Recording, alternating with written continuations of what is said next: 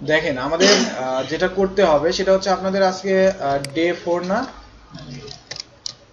Day 4 একটা folder করে নিলাম। এর ভিতরে এসে আমরা যেটা করব একটা এইচটিএমএল ফাইল নেব আগে, তাই না?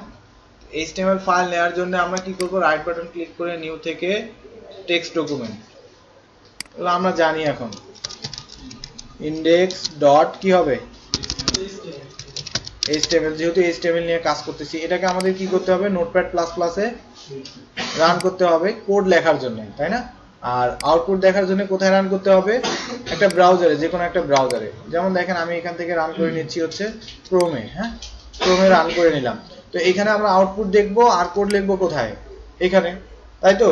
তো সেক্ষেত্রে একটু খেয়াল করেন যে আমাদের এইচটিএমএল এর বেসিক যে কোডটুকু ছিল সেই কোডটুকুকে আমরা লিখে নেই। এইচটিএমএল শুরু, এইচটিএমএল শেষ, তারপরে কি থাকে, হেড শুরু, হেড শেষ, তারপরে কি থাকে, বডি শুরু, আবার বডি শেষ। এখন এর ভিতরে এসে আমরা যেটা করি, হেডের ভিতরে একটা টাইটেল দিয়ে দিই, তাই না? টাইটেল শুরু, টাইটেল শেষ। এখন টাইটেলের ভিতরে আমরা যাই লিখে দিব সেটাই কি হবে, আউটপুটে শো করবে, তাই না? তো আমরা দিতে পারি যে হচ্ছে ওয়েব 02 ডে 04 এরকম একটা কিছু দিলাম, ঠিক আছে?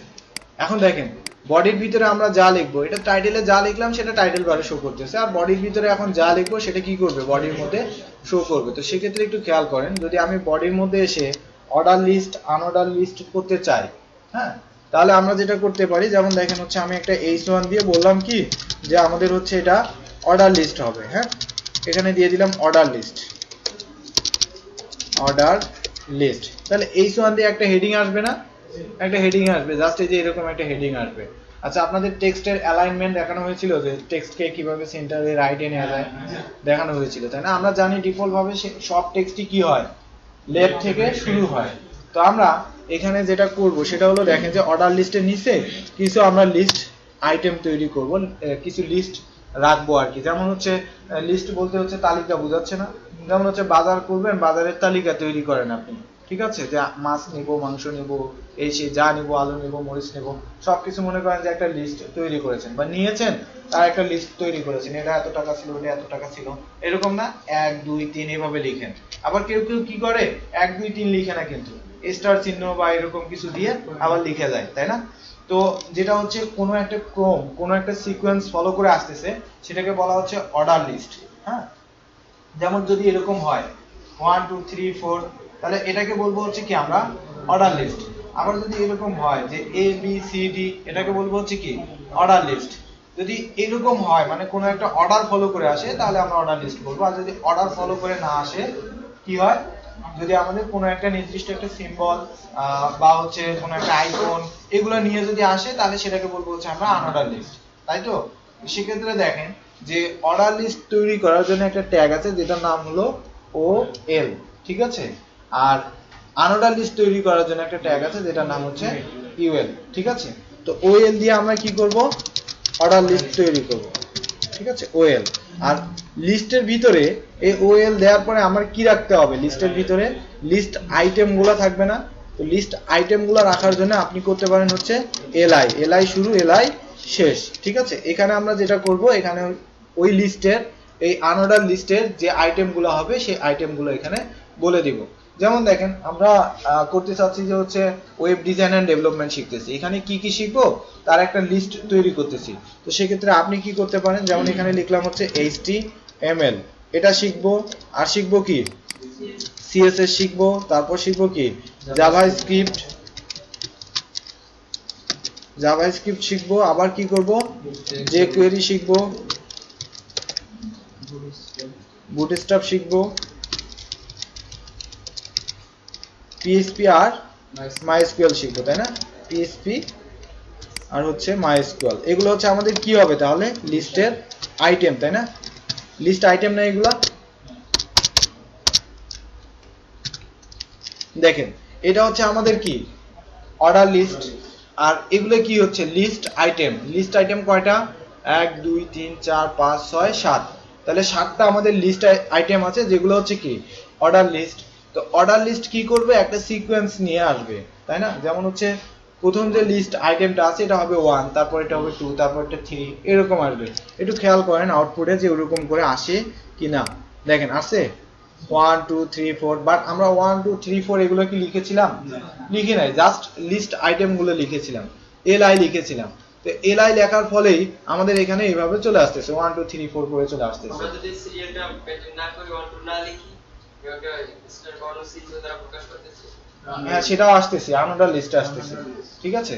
এবার দেখেন, এবার মানে আপনি যদি সিকোয়েন্স ফলো করে নিতে চান তাহলেই অর্ডার লিস্ট, আর যদি সিকোয়েন্স না নিতে চান, কোনো সিম্বল নিয়ে করতে চান, তাহলে আনঅর্ডার লিস্ট। বুঝতে পারছেন? যখন আপনার এরকম প্রয়োজন হবে তখন আপনি অর্ডার লিস্ট ইউজ করবেন, যখন এরকম প্রয়োজন হবে না তাহলে আপনি কি করবেন? আনঅর্ডার লিস্ট ইউজ করবেন, ঠিক আছে। কোনো অ্যাট্রিবিউট ব্যবহার করে? হ্যাঁ অবশ্যই অবশ্যই, অ্যাট্রিবিউট আমি দেখাচ্ছি, একটু খেয়াল করেন। এখানে যে বিষয় হচ্ছে যে দেখেন, আমরা যখন হচ্ছে ওএল লিখলাম, এখানে কয়েকটা বিষয় একটু দেখার আছে আপনাদের। সেটা হলো যে আমাদের টেক্সট নরমালি এখান থেকে শুরু হওয়ার কথা ছিল, তাই না? এখান থেকে শুরু হওয়ার কথা ছিল না?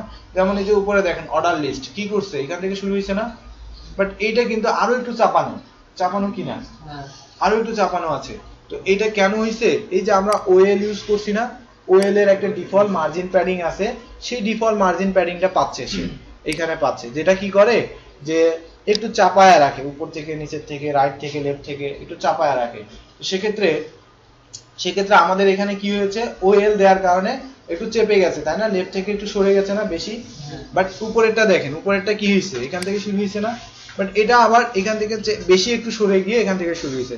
এটা হচ্ছে কার কারণে? ইউএল এর কারণে, ওএল এর কারণে। আবার এই যে 1 2 3 4 যেগুলো আসছে, এগুলো আসছে কার কারণে? ওএল এর কারণে, তাই না? তো ওএল এর আমরা ডিফল্ট বৈশিষ্ট্যের মধ্যে এগুলো পাচ্ছি। তো এবার একটু খেয়াল করেন, মনে করেন যে আপনার কখনো এই ওএল এর যে ডিফল্ট মার্জিনটা আছে বা প্যাডিংটা আছে এটা প্রয়োজন নাই, যখন আপনি সিএসএস এ কাজ করবেন তখন আপনি এই মার্জিনটাকে উঠায় দেন, 0 করে দেন, আমার এই ডিফল্ট মার্জিন প্যাডিং এর প্রয়োজন নাই, ঠিক আছে? তখন সেটা আর থাকবে না। এবার একটু খেয়াল করেন, সেটা হচ্ছে যে আমাদের এখানে 1 2 3 4 এইভাবে আসছে, আমি চাইলে এটাকে কি করতে পারি, এ বি সি ডি এভাবে করতে পারি।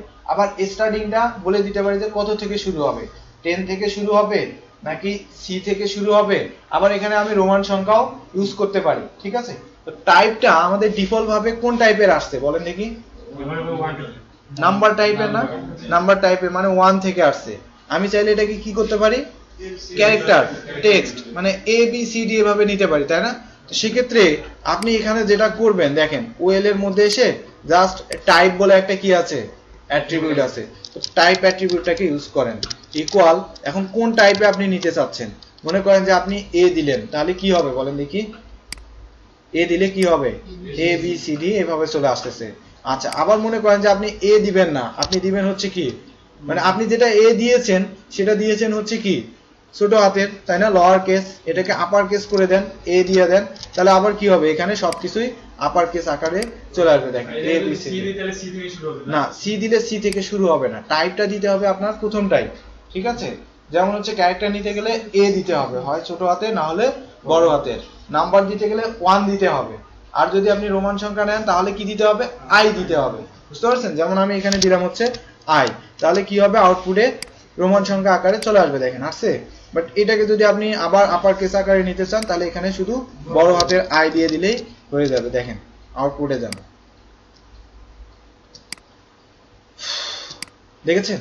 এখন আপনি কত থেকে স্টার্ট করবেন, মানে কত থেকে শুরু করবেন সেটা বলার জন্য আপনি যেটা করতে পারেন, যেমন মনে করেন যে হচ্ছে আমি এখানে স্টার্ট বলে একটা অ্যাট্রিবিউট আছে সেটাকে ইউজ করব।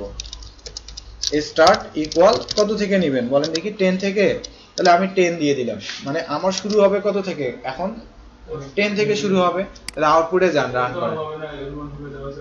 হ্যাঁ রোমান সংখ্যা এদিকে দেওয়া আছে, রোমান সংখ্যা 10 থেকে শুরু হবে, এই যে দেখেন 10 থেকে শুরু হচ্ছে, রোমানের 10 থেকে শুরু হচ্ছে, তাই না? এবার মনে করেন যে হচ্ছে আপনি এখানে রোমান না দিয়ে এখানে দিলেন হচ্ছে মনে করেন যে এ, তাহলে এ থেকে 10 নম্বরের যে ইটা আছে সেটা থেকে শুরু হবে, দেখেছেন? হ্যাঁ, যে মনে হয় যে 10 এ আছে, A B C D E F এভাবে গুনে দেখেন, তাই না? তাহলে 10 এ কে আছে, যে আছে, তাহলে ওখান থেকে শুরু হচ্ছে।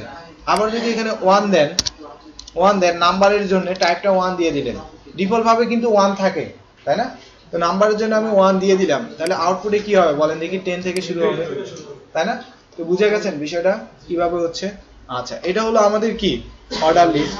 এখন যদি আমি আনঅর্ডার লিস্ট করতে চাই তাহলে সেম এই একই ভাবে থাকবে, জাস্ট ওএল এর জায়গায় কি হবে? ইউএল হবে। দেখেন ওএল এর জায়গায় কি দিব?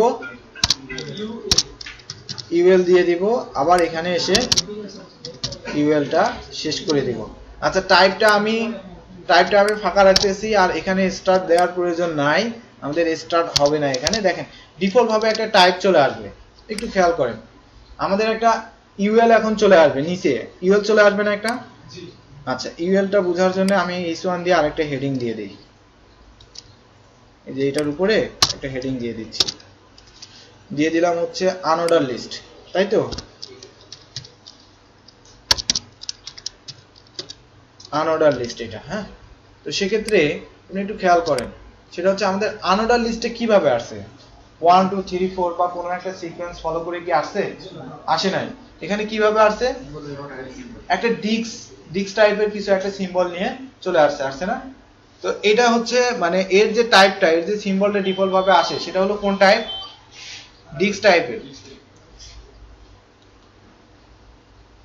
আচ্ছা, এখন আমরা যেটা করব, এই টাইপটাকে যদি চেঞ্জ করতে চাই, চেঞ্জ করে আমরা দিতে পারি হচ্ছে সার্কেল, দিতে পারি হচ্ছে স্কোয়ার, ঠিক আছে? তো সেক্ষেত্রে আপনি যদি যান এখানে দেখেন টাইপটা ডিফল্ট ভাবে আমাদের কি আসছে? ডিক্স আসছে। এখন আমি চেঞ্জ করে এটাকে কি দিতে চাচ্ছি? সার্কেল দিতে চাচ্ছি। তাহলে একটু খেয়াল করেন আউটপুটে সার্কেল তো এরকমই, তাই না? এরকমই তো বৃত্ত আকারেই তো চলে আসবে, বাট এখানে বিষয়টা হলো সার্কেল দিলে ভিতরটা ফাঁকা হয়ে যাবে, বুঝতে পারছেন? আচ্ছা, এবার যদি আমি সার্কেলের জায়গায় স্কোয়ার দিই, স্কোয়ার দিলে কি হবে? স্কোয়ার কেমন? চার কোণা। এই যে এরকম দেখেন চলে আসছে না?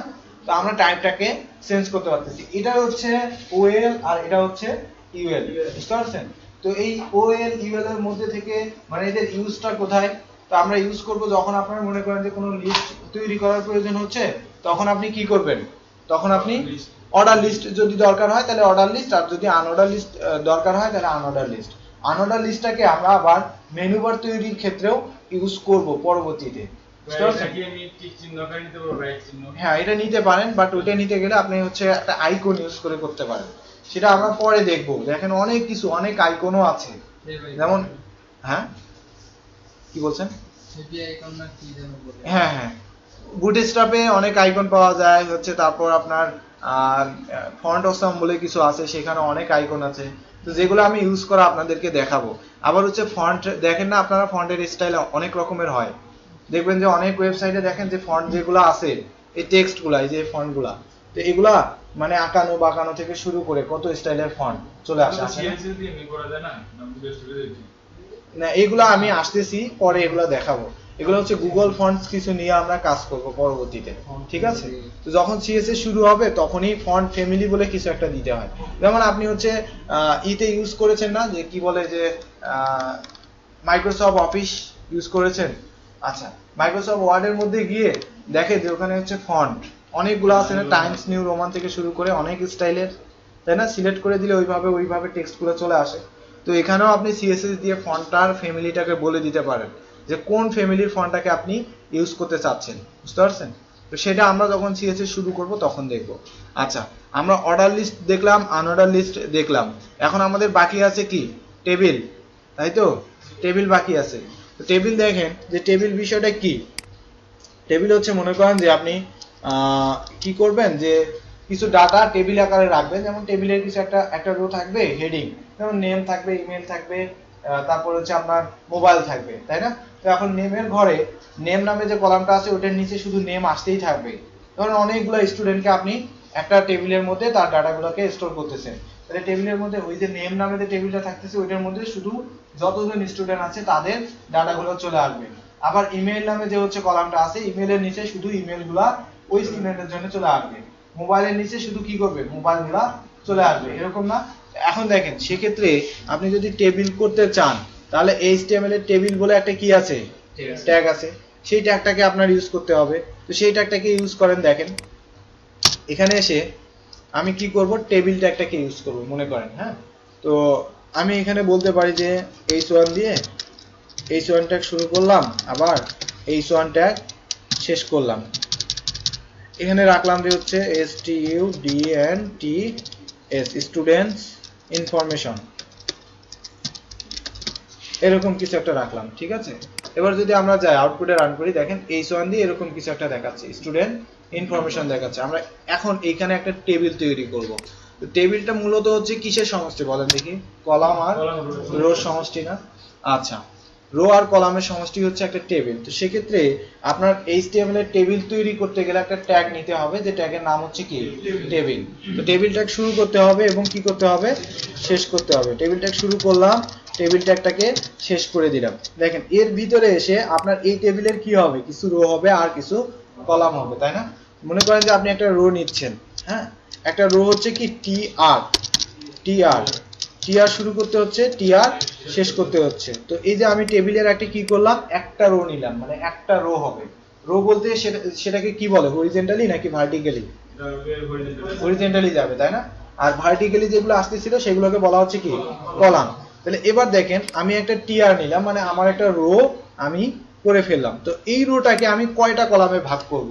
ঠিক আছে, মনে করেন যে আপনার এখান থেকে শুরু করে এই যে এখান থেকে শুরু করে এই যে এই জায়গা অবধি আউটপুটে যায়, যদি এখানে দেখেন এখান থেকে শুরু করে একদম এই জায়গা অবধি একটা কি চলে আসছে? রো চলে আসছে। এখন এই রোটাকে আমরা কয়টা কলামে ভাগ করব সেটা করতে হবে। এই রোটার ভিতরে যান, এই রোটার ভিতরে এসে আপনাকে যেটা করতে হবে, টিএইচ অথবা টিডি দিয়ে কলামে ভাগ করতে হবে। মানে টিএইচ দিলে এটা হেডিং আকারে আসবে, বুঝতে পারছেন? যেমন হচ্ছে আপনি একটা হেডিং রাখবেন না, নেম রাখবেন, ইমেল, হ্যাঁ, ওইটা টেক্সট অ্যালাইনমেন্টটা সেন্টার করা আছে ডিফল্ট ভাবে। ওটা চাইলে আপনি কি করতে পারেন, টেক্সট অ্যালাইনটা আবার কি করে দিতে পারেন, লেফট করে দিতে পারেন না? আমরা দেখেছি না অ্যালাইন অ্যাট্রিবিউট, আবার সিএসএস দিয়েও করতে পারি। তো ওটা ডিফল্ট ভাবে টিডি দিলে লেফট থেকে শুরু হয়। আবার টিডির অ্যালাইনমেন্টটাও আপনি চাইলে কি করতে পারবেন, সেন্টারে নিতে পারবেন। এগুলো আমরা সিএসএস দিয়েও করতে পারি, আবার ওই যে অ্যালাইন অ্যাট্রিবিউট দেখেছি সেটা দিয়েও করতে পারি, তাই না? তো এখন টিএইচ দিলে দেখবেন যে লেখাটা একটু মোটা করে আসে, হেডিং আকারে আসে, তাই না? আর টিডি দিলে কিন্তু নরমাল আকারে আসে।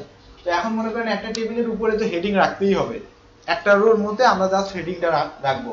যেমন হচ্ছে নেম কথাটাকে কি করব, হেডিং আকারে রাখবো। ইমেলটাকে কি করব, হেডিং আকারে রাখবো। তাহলে প্রথম রোর যে ডাটাগুলো থাকবে, হেডিং থাকবে, সেগুলোকে আমরা কি করব, টিএইচ দিয়ে রাখবো। যেমন এখানে দেখেন আমি দিলাম হচ্ছে টিএইচ শুরু করলাম, টিএইচ কে শেষ করলাম, মানে টেবিল হেডিং আর কি। তো এখন এখানে আমি দিলাম মনে করেন যে হচ্ছে নেম, একটা কি দিলাম, নেম, আর একটা দিব কি, ধরেন হচ্ছে ইমেল দিলাম, তারপর দিলাম হচ্ছে মোবাইল, তারপর দিলাম হচ্ছে ডিপার্টমেন্ট, এরকম কিছু দিলাম। তাহলে এই একটা রো কয়টা কলামে ভাগ হবে, 4টা কলামে ভাগ হবে। তাহলে দেখেন যে এই হচ্ছে আমাদের পুরোটা রো, ঠিক আছে। রোটা কয়টা কলামে ভাগ হয়েছে, নেম, ইমেইল, মোবাইল, ডিপার্টমেন্ট। আমি এখানে যেটা করতে পারি, টেবিলের একটা অ্যাট্রিবিউট ইউজ করতে পারি, দেখেন বর্ডার অ্যাট্রিবিউট ইউজ করতে পারি। যেমন এখানে দিলাম হচ্ছে বর্ডার ইকুয়াল, এখানে 1 বলে দিলাম, বর্ডার 1, তাহলে আরো ভালো বোঝা যাবে। একটু খেয়াল করেন, তাহলে দেখেন যে আমাদের বর্ডার চলে আসছে। এই পুরোটা হচ্ছে কি একটা রোটা আমাদের কি হয়ে গেছে, কয়টা কলামে ভাগ হয়ে গেছে, এটা একটা, এটা একটা, এটা একটা, এটা একটা, তাহলে 4টা কলামে একটা রো আমাদের ভাগ হয়ে গেছে। তো এখানে এসে টেবিলের আরেকটা অ্যাট্রিবিউট আমরা ইউজ করতে পারি, ওয়েট ইকুয়াল, আপনি এখানে দিলেন মনে করেন যে হচ্ছে 100%। বলতে কি, যে পুরো উইডটা বলতে যে এখান থেকে শুরু করে এখানে পুরো উইডটাই সে নিয়ে নেবে। দেখেন নিয়েছে, হ্যাঁ। তাহলে টেবিলের আমাদের পুরো উইডটা 100% হয়ে গেল। হ্যাঁ, পিএক্স না লিখলেও হয়। এখন এই বর্ডারটা কিন্তু আমাদের বিশ্রী লাগতেছে, তাই না? আমরা সুন্দর করে সাজাতে পারবো, এটা কি দিয়ে, সিএসএস দিয়ে সাজাতে পারবো। তো এখনো তো সিএসএস শুরু করি নাই, সিএসএস শুরু করলে দেখবেন যে সুন্দর লাগতেছে, ঠিক আছে। তো অনেক কাজ হবে, অনেক ইফেক্টিভ কাজ হবে যখন আমরা সিএসএস শুরু করব। তো একটু খেয়াল করেন, আপনারা একটু পরে করেন, আমি সময় দিব, হ্যাঁ, আমি আপনাদের করার জন্য সময় দিচ্ছি। সময় মানে এখন যদি 2টা করেন তাহলে হবে না, কিন্তু মানে বুঝতে পারবেন না আর কি। তো এখন এরপরে এসে আমরা তো একটা রো নিলাম, তাই না? একটা রো কি হবে আমাদের বলেন দেখি, রো কি একটা হবে? হবে না, রো তো অনেকগুলো হবে। তাহলে পরের রো গুলো কি হবে, পরের রোর মধ্যে একটা নাম থাকবে, একটা ইমেল থাকবে, একটা মোবাইল থাকবে, একটা ডিপার্টমেন্ট থাকবে, তাই তো? তাহলে পরে এসে দেখেন আমি আবার আরেকটা কি নিব, টিআর নিব, ঠিক আছে।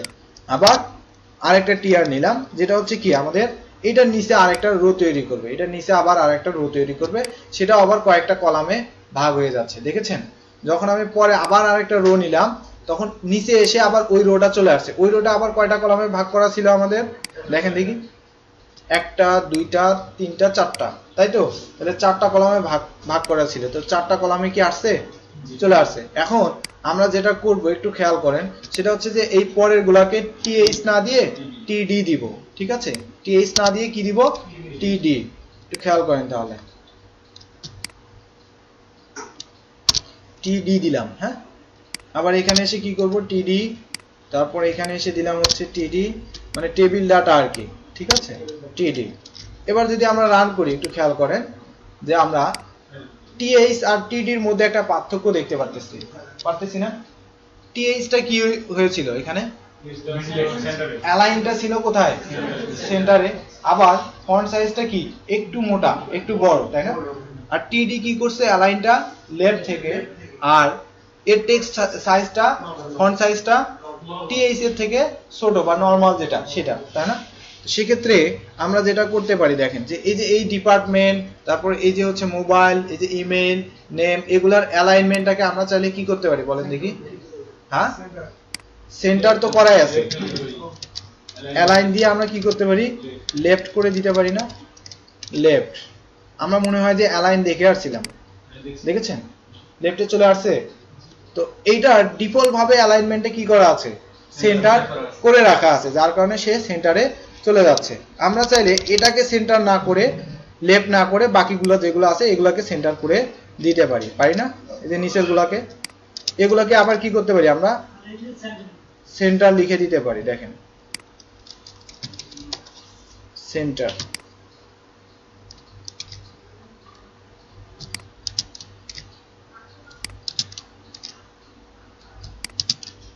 দিয়ে দিলাম, তাহলে সবগুলো আমাদের সেন্টারে যাবে না, টেক্সটগুলো দেখেন চলে যাচ্ছে, সেন্টারে চলে গেছে। এখন যে বিষয় হচ্ছে যে আমার নেমের ঘরে কি থাকবে, একটা নেম থাকবে, যেমন নেমটা আমি দিয়ে দিলাম এরকম কিছু একটা। ইমেলের ঘরে কি থাকবে, একটা ইমেল থাকবে না?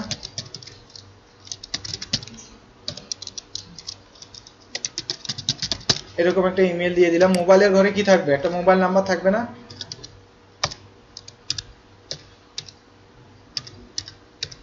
এরকম কিছু একটা দিলাম। ডিপার্টমেন্ট একটা দিয়ে দিব, ধরেন হচ্ছে এরকম কিছু দিয়ে দিলাম, সিএসসি। এবার যদি আপনি রান করেন দেখেন, তাহলে আপনার টেবিলের মধ্যে যে আপনার নেম, ইমেল, মোবাইল আর ডিপার্টমেন্ট ছিল তার নিচে সেইগুলা চলে আসছে না? এই একটা রো। এখন যত রকমের ইনফরমেশনই আসুক না কেন, একটা করে কি হবে, টিআর বাড়বে, আর টিআর এর ভিতরে কয়টা করে ডাটা থাকবে সেই ডাটাগুলো চলে আসবে। এরকম করে নিয়ে নিলাম আমি বেশ কয়েকটা, ঠিক আছে? তো একটু খেয়াল করেন, যদি রান করি, হ্যাঁ, তাহলে চলে আসছে না? তো এইভাবে আপনাদের কি হবে, একটা টেবিল ক্রিয়েট হবে। শুধুমাত্র আমরা এইচটিএমএল দিয়েই টেবিলটা ক্রিয়েট করলাম, অন্য কিছু দিয়েছি? হ্যাঁ, দেই না। আমাদের টেবিলের ডাটা পরিবর্তন বা সংশোধন করতে হলে আবার এইচটিএমএল কোডিং করেই করতে হবে। না, এইচটিএমএল এ কোডিং করে করব না আমরা। মানে এখানে জাস্ট কি থাকবে জানেন, এখানে থাকবে হচ্ছে একটা টিআর, একটা টিআর থাকবে। এই যে কোডিং এর মধ্যে এই একটা টিআর থাকবে, বুঝতে পারছেন?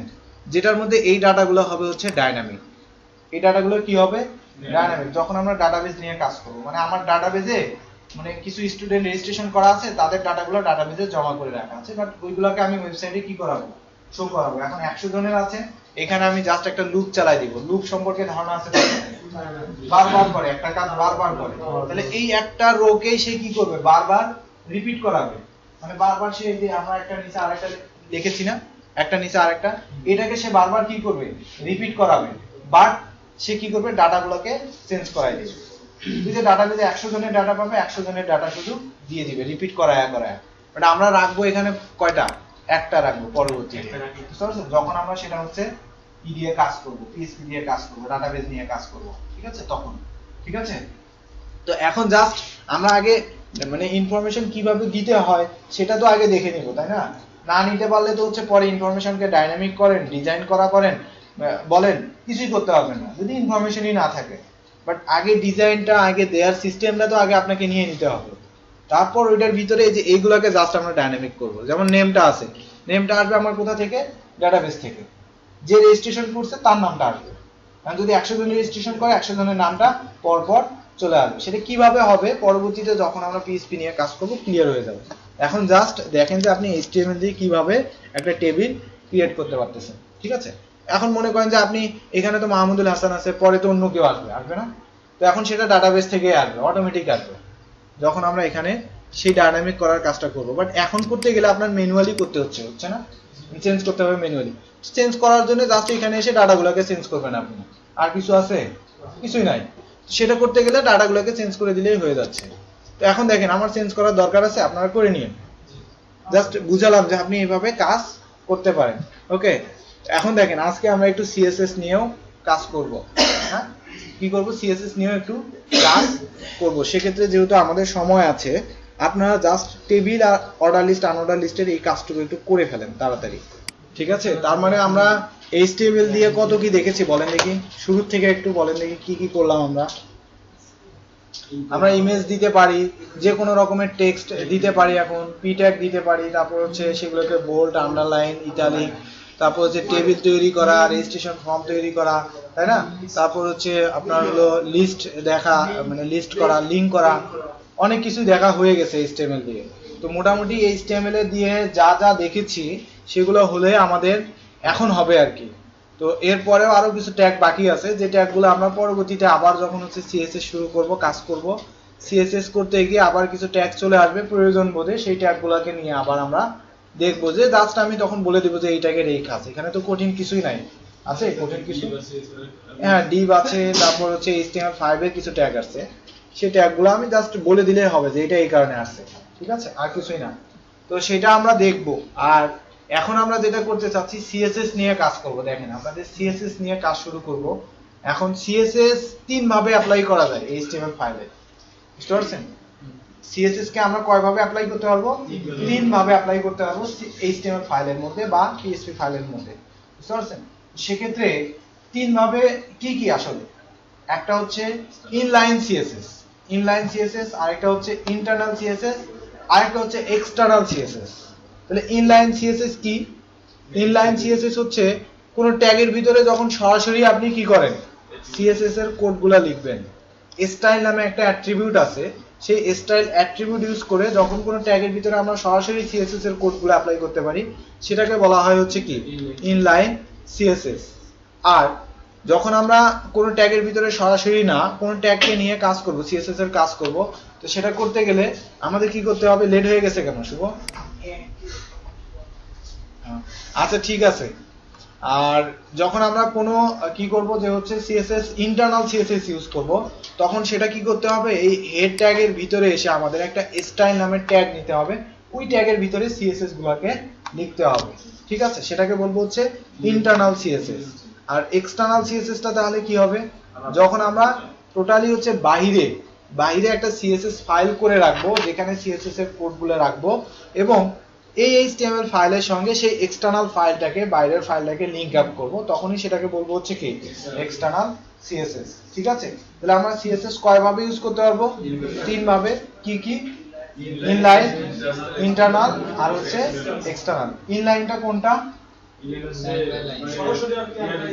যখন কোনো সরাসরি কোনো ট্যাগের ভিতরে সিএসএস যে কোডগুলো আছে সেগুলো অ্যাপ্লাই করতে পারবো, তখন সেটাকে আমরা কি করব? ইনলাইন। ইনলাইন সিএসএসটা ইউজ করতে গেলে আমাদের একটা অ্যাট্রিবিউট লাগবে, সেটা হচ্ছে স্টাইল অ্যাট্রিবিউট।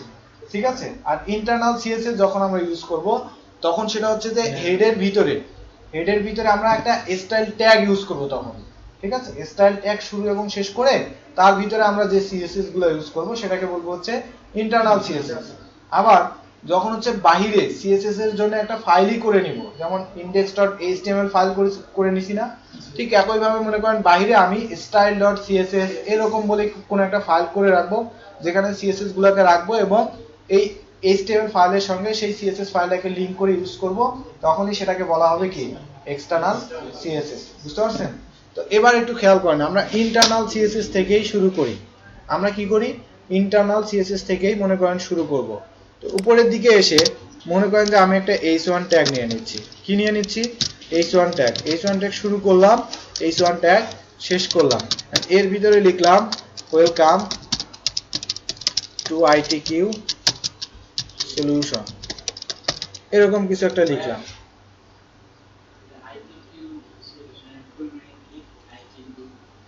ITQ এর ফুল মিনিং কি? আচ্ছা, এর ফুল মিনিং হচ্ছে যে মানে আইটি সম্পর্কে আপনার যত কোশ্চেন আছে সবকিছু সমাধান দেয়া হবে, ঠিক আছে, এরকম কিছু, বুঝতে পারছেন? হ্যাঁ, তো এবার একটু খেয়াল করেন, দেখেন ওয়েলকাম টু ITQ সলিউশন দিলাম আমরা, ঠিক আছে, এই যে এখানে একটা H1 ট্যাগের মধ্যে দিলাম ওয়েলকাম টু ITQ সলিউশন, এটা চলে আসছে না? আচ্ছা, এইটাকে এখন আমরা CSS দিয়ে মানে ডিজাইন করব, একটু কাজ করব। দেখেন কিভাবে করা যাবে, সেটা হচ্ছে আপনি একটা হলো ইনলাইন CSS ইউজ করতে পারেন, আবার ইন্টারনাল আবার এক্সটার্নাল CSS ইউজ করতে পারেন। সেক্ষেত্রে মনে করেন যে আমি এখানে ইনলাইন CSS ইউজ করব, তো যখন কোনো ট্যাগের ভিতরে সরাসরি আমরা CSS কে অ্যাপ্লাই করব তখন সেটাকেই বলবো কি ইনলাইন CSS, তাই না? তো এখন যদি আমি এই যে এখানে এসে সরাসরি CSS কে অ্যাপ্লাই করতে চাই, তাহলে একটা অ্যাট্রিবিউট ইউজ করতে হবে, যে অ্যাট্রিবিউটের নাম হচ্ছে কি স্টাইল। তাহলে মনে করেন যে আমি এখানে স্টাইল অ্যাট্রিবিউটটা লিখলাম, স্টাইল অ্যাট্রিবিউটটা লিখে, অ্যাট্রিবিউট মানে কি, আমরা অ্যাট্রিবিউটের নাম দিয়ে ইকুয়াল দিয়ে কোটেশন দিব, তাই না? এর ভিতরে আমরা এখন CSS এর যে কোডগুলো আছে সেই কোডগুলোকে লিখতে পারবো, বুঝতে পারছেন? CSS প্রপার্টি আর হচ্ছে ভ্যালু নিয়ে কাজ করে। কি নিয়ে কাজ করে? প্রপার্টি আর ভ্যালু নিয়ে কাজ করে। যেমন HTML কি করে? ট্যাগ আর অ্যাট্রিবিউট নিয়ে কাজ করতেছে, আর CSS কি করে? প্রপার্টি আর ভ্যালু নিয়ে কাজ করে। CSS এ যখন কোনো প্রপার্টি লিখবেন তারপরে কি দিতে হবে? কোলন দিতে হবে, দিয়ে তার ভ্যালুটাকে সেট করে দিতে হবে। তো এখন এই যে এই জায়গাটায় এই স্টাইল অ্যাট্রিবিউট ইউজ করে আমরা এই জায়গাটায় কি করতে পারি? ইনলাইন CSS ইউজ করতে পারি। মানে এখন এই যে এখানে আমরা চাইলে কি করতে পারবো? CSS এর যত প্রপার্টি আছে সব আমরা এখানে ইউজ করতে পারবো। CSS এর যত ভ্যালু আছে সব আমরা প্রপার্টি আর ভ্যালু যেগুলো আছে সেগুলো আমরা এখানে ইউজ করতে পারবো। কিভাবে ইউজ করব দেখেন, এখানে এসে আমাদের যেটা বলতে হবে, মনে করেন যে আপনি এই H1 এর একটা ব্যাকগ্রাউন্ড কালার দিবেন। কি দিবেন? ব্যাকগ্রাউন্ড কালার দিবেন। ব্যাকগ্রাউন্ড কালার বলতে কি বলেন দেখি? এই যে H1 এর যতটুকু এরিয়া আছে তার নিচে মানে ব্যাকগ্রাউন্ডে কি আসবে? একটা কালার চলে আসবে। তো সেক্ষেত্রে আমি মনে করেন যে এইখানে এসে বলে দিব যে হচ্ছে একটা প্রপার্টি নিতে হবে। CSS কি নিয়ে কাজ করে? প্রপার্টি আর ভ্যালু নিয়ে কাজ করে। তো CSS এর ব্যাকগ্রাউন্ড দেওয়ার জন্য ব্যাকগ্রাউন্ড বলে একটা প্রপার্টি আছে, ব্যাকগ্রাউন্ড কালার দেওয়ার জন্য ব্যাকগ্রাউন্ড কালার বলে একটা প্রপার্টি আছে, ব্যাকগ্রাউন্ড ইমেজ দেওয়ার জন্য ব্যাকগ্রাউন্ড ইমেজ বলে একটা প্রপার্টি আছে, আর কালার অথবা ইমেজ যে কোনো একটা দেওয়ার জন্য ব্যাকগ্রাউন্ড বলে একটা প্রপার্টি আছে, বুঝতে পারছেন?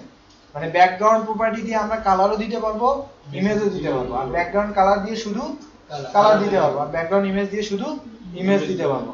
দেখেন আমি যদি এখানে ব্যাকগ্রাউন্ড কালার প্রপার্টিটা ইউজ করতে চাই, কিভাবে ইউজ করব? প্রপার্টিটা লিখতে হবে এইভাবে, ব্যাকগ্রাউন্ড হাইফেন দিয়ে কালার, ঠিক আছে? এটা হচ্ছে প্রপার্টির নাম। হ্যাঁ, CSS এর একটা প্রপার্টির নাম হচ্ছে কি? Background colour. আচ্ছা, এর ভ্যালুটা সেট করার জন্য আগে আমাকে কি দিতে হবে? একটা ক্লোন দিতে হবে, বুঝতে পারছেন? এই প্রপার্টি লেখার পরে আমরা কি দিব? একটা ক্লোন দিব। দেওয়ার পরে এর কি কালার দিবেন? ব্যাকগ্রাউন্ডে কি কালার দিবেন? মনে করেন যে হচ্ছে ব্ল্যাক কালার দিবেন, তাই তো? হ্যাঁ, তাহলে কিছুই দেখা যাবে না, তাই তো? আচ্ছা, যদি না দেখা যায় সমস্যা নেই। এবার দেখেন আমাদের এই যে H1 এর যে এরিয়াটা ছিল, H1 এর যে এরিয়াটা ছিল পুরো এরিয়ার মধ্যে কি চলে আসছে? একটা ব্যাকগ্রাউন্ড কালার চলে আসছে না? আসছে কিনা? চলে আসছে। তো এটা কিভাবে আসলো? এখানে আমরা একটা CSS এর কি করছি? প্রপার্টি ইউজ করছি, যেটার নাম হচ্ছে কি? Background colour. ব্যাকগ্রাউন্ড কালার আমরা কি করে দিছি? ব্ল্যাক করে দিছি। আচ্ছা, ব্যাকগ্রাউন্ড দেওয়ার সঙ্গে সঙ্গে আমরা টেক্সটের কালারটাকেও কি করতে পারি? চেঞ্জ করতে পারি না? টেক্সট বলতে এই যে ওয়েলকাম টু ITQ সলিউশন, এটা হচ্ছে কি? টেক্সটের কালার। যখন আপনি ব্যাকগ্রাউন্ড কালার দিবেন তখন আপনার CSS এর যে প্রপার্টিটা ইউজ করতে হবে সেটা হলো ব্যাকগ্রাউন্ড অথবা ব্যাকগ্রাউন্ড কালার প্রপার্টি, বুঝতে পারছেন? বাট যখন আপনি টেক্সটের কালার দিবেন তখন আপনাকে একটা প্রপার্টি ইউজ করতে হবে যেটার নাম হচ্ছে শুধু কালার। যে প্রপার্টিটার নাম হচ্ছে কি? শুধু কালার। শুধু কালার প্রপার্টি ইউজ করলে কি হবে? টেক্সটের কালার পাবে। আর যদি আমি ব্যাকগ্রাউন্ড কালার ইউজ করি তাহলে যেটাকে আমি ব্যাকগ্রাউন্ড দিচ্ছি তার ব্যাকগ্রাউন্ড কালারটা পাবে।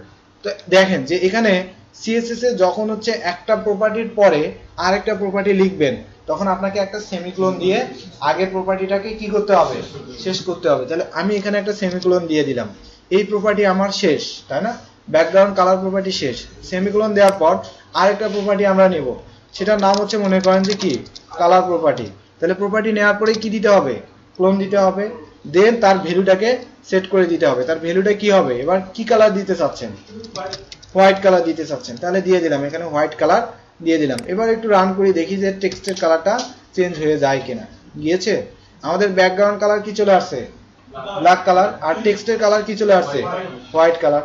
ঠিক আছে, তো এইটা আমরা ইউজ করলাম কোন সিএসএস দিয়ে, ইনলাইন সিএসএস দিয়ে, তাই না? ইনলাইন সিএসএস বলবো হচ্ছে এইটাকে।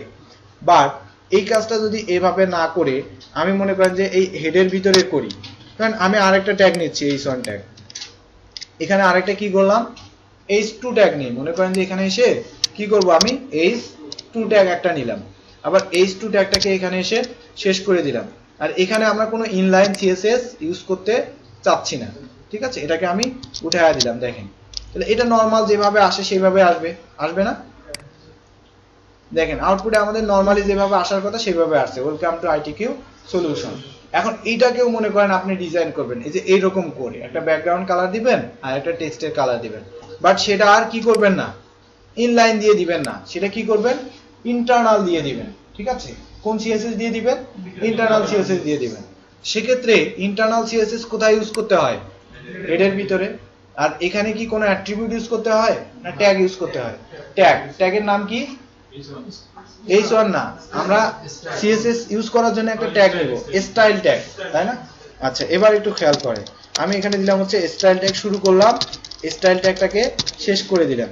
এর ভিতরে এসে এখন আমরা কি করতে পারবো, সিএসএস গুলোকে ইউজ করতে পারবো। তো সিএসএস মানেই কি, প্রপার্টি আর ভ্যালু, তাই না? তো এখন যদি আমি এরকম লিখি, দেখেন যে হচ্ছে ব্যাকগ্রাউন্ড, ব্যাকগ্রাউন্ড রেড। আচ্ছা, এই ব্যাকগ্রাউন্ড যে রেড দিলাম আমি কার জন্য দিলাম বলেন দেখি,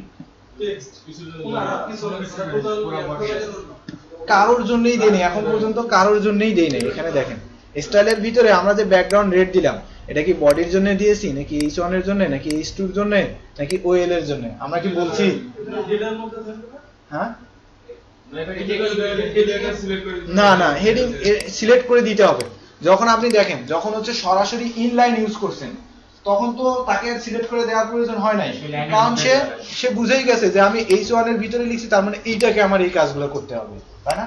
বাট যখন আপনি এখানে করতেছেন তখন কি সে বুঝতেছে যে বডির জন্য করতে হবে নাকি h1 এর জন্য নাকি ওএল এর জন্য, সে কিন্তু বুঝতেছে না। তাহলে যখন আপনি ইন্টারনাল বা এক্সটার্নাল সিএসএস করবেন তখন কোনটাকে নিয়ে কাজ করতে চাচ্ছেন সেটাকে আগে কি করতে হবে, আপনাকে ধরতে হবে, সিলেক্ট করে নিতে হবে, বুঝতে পারছেন?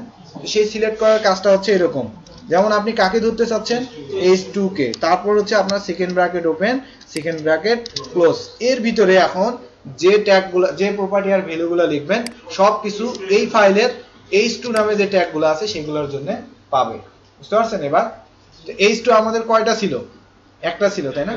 এই যে একটা ছিল, তাহলে এই একটাতে কি হবে, ব্যাকগ্রাউন্ড কালার রেড হয়ে যাবে। দেখেন হয় কিনা, যদি আউটপুটে যায় আমি রান করি, দেখেন ওই h2 আমাদের ব্যাকগ্রাউন্ড কালার রেড হয়ে গেছে না? তো যখন আপনি ইন্টারনাল সিএসএস ইউজ করতেছেন তখন আপনাকে আবার কি করতে হচ্ছে, একটা বিষয় খেয়াল করতে হচ্ছে, আপনাকে আগে ধরতে হচ্ছে যে কোনটাকে আপনি এই কাজটা করাবেন, এই যে এই কাজটা কোনটার জন্য করবেন, তাই না? সেটাকে আগে ধরতে হবে। মনে করেন যে আপনি এখানে ব্যাকগ্রাউন্ড কালার রেড নিলেন আর কালার নিলেন হচ্ছে কি হোয়াইট, এরকম কিছু নিলেন। এবার আউটপুটে যান, খেয়াল করেন যে আমাদের কালারটাও চেঞ্জ হয়ে যাচ্ছে না? তাহলে ব্যাকগ্রাউন্ড কালার কি হয়ে গেল, রেড হয়ে গেল, আর টেক্সটের কালারটা কি হয়ে গেল, হোয়াইট কালার হয়ে গেল। তো এখন বিষয় হচ্ছে দেখেন যে আমরা h2 কে দিলাম, তাই না? h2 কে দিলাম, তো যদি h2 আমার আরো এরকম থাকতো, আরো একটা আছে, ঠিক আছে? হ্যাঁ, না চলতেছে, কাটেনি। আচ্ছা, একটু খেয়াল করেন, সেটা হচ্ছে যে আমরা এখানে কি করলাম, h2 দুইটা নিলাম, তাই না? এখন ইন্টারনাল সিএসএস এ দেখেন আমি কাকে কল করছি, h2 কে কল করছি। তাহলে এই যে ব্যাকগ্রাউন্ড কালার রেড আর কালার হোয়াইট, তাহলে কয়টার জন্য পাবে, দুইটার জন্যই পাবে না? একটু খেয়াল করেন, যদি আমি আউটপুটে রান করি দুইটা h2 আসবে, আমাদের সেম কালার নিয়ে আসতেছে কিনা? তো এখানে আপনার মনে করেন আপনার ইচ্ছা হচ্ছে যে এইটাকে একটা কালার দিতে আর এইটাকে আর একটা কালার দিতে, তো এটা দুইটার উপরেই কেন অ্যাপ্লাই হচ্ছে? তো দুইটার উপরে অ্যাপ্লাই হওয়ার পিছনে কারণ হচ্ছে যখন আপনি h2 কে কল করলেন, মনে করেন যে এইখানে এই ল্যাবের ভিতরে রহিম নামে দুইজন আছে, ঠিক আছে? আমি বাইরে থেকে এসে রহিমকে কল করলে কি হবে, দুইজনই শুনে দিবে, এটাই তো স্বাভাবিক। বাট রহিমের একটা আইডি আছে আর হচ্ছে দুই রহিমের দুইটা আইডি আছে, ঠিক আছে?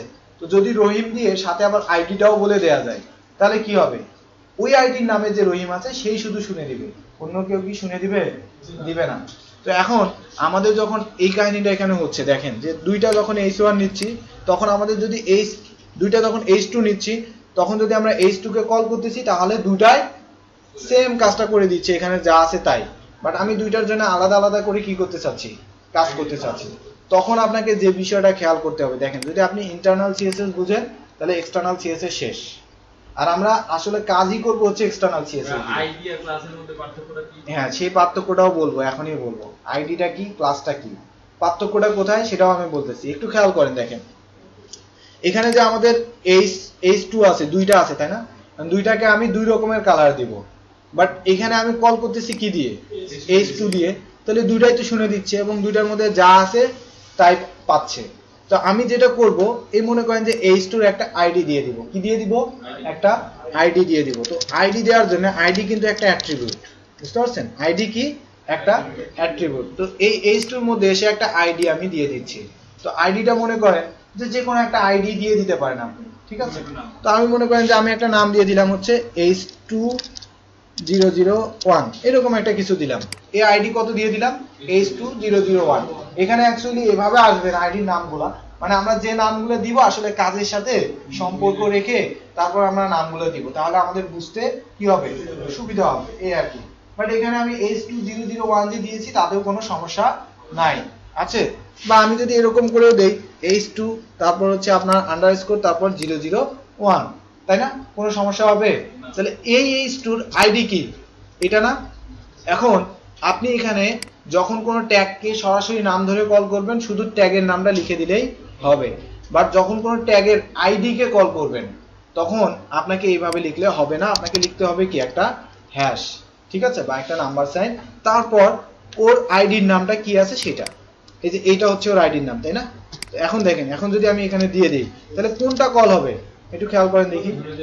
এই যে এইটা কল হবে না, এইটা কল হবে, এটা কি কল হবে?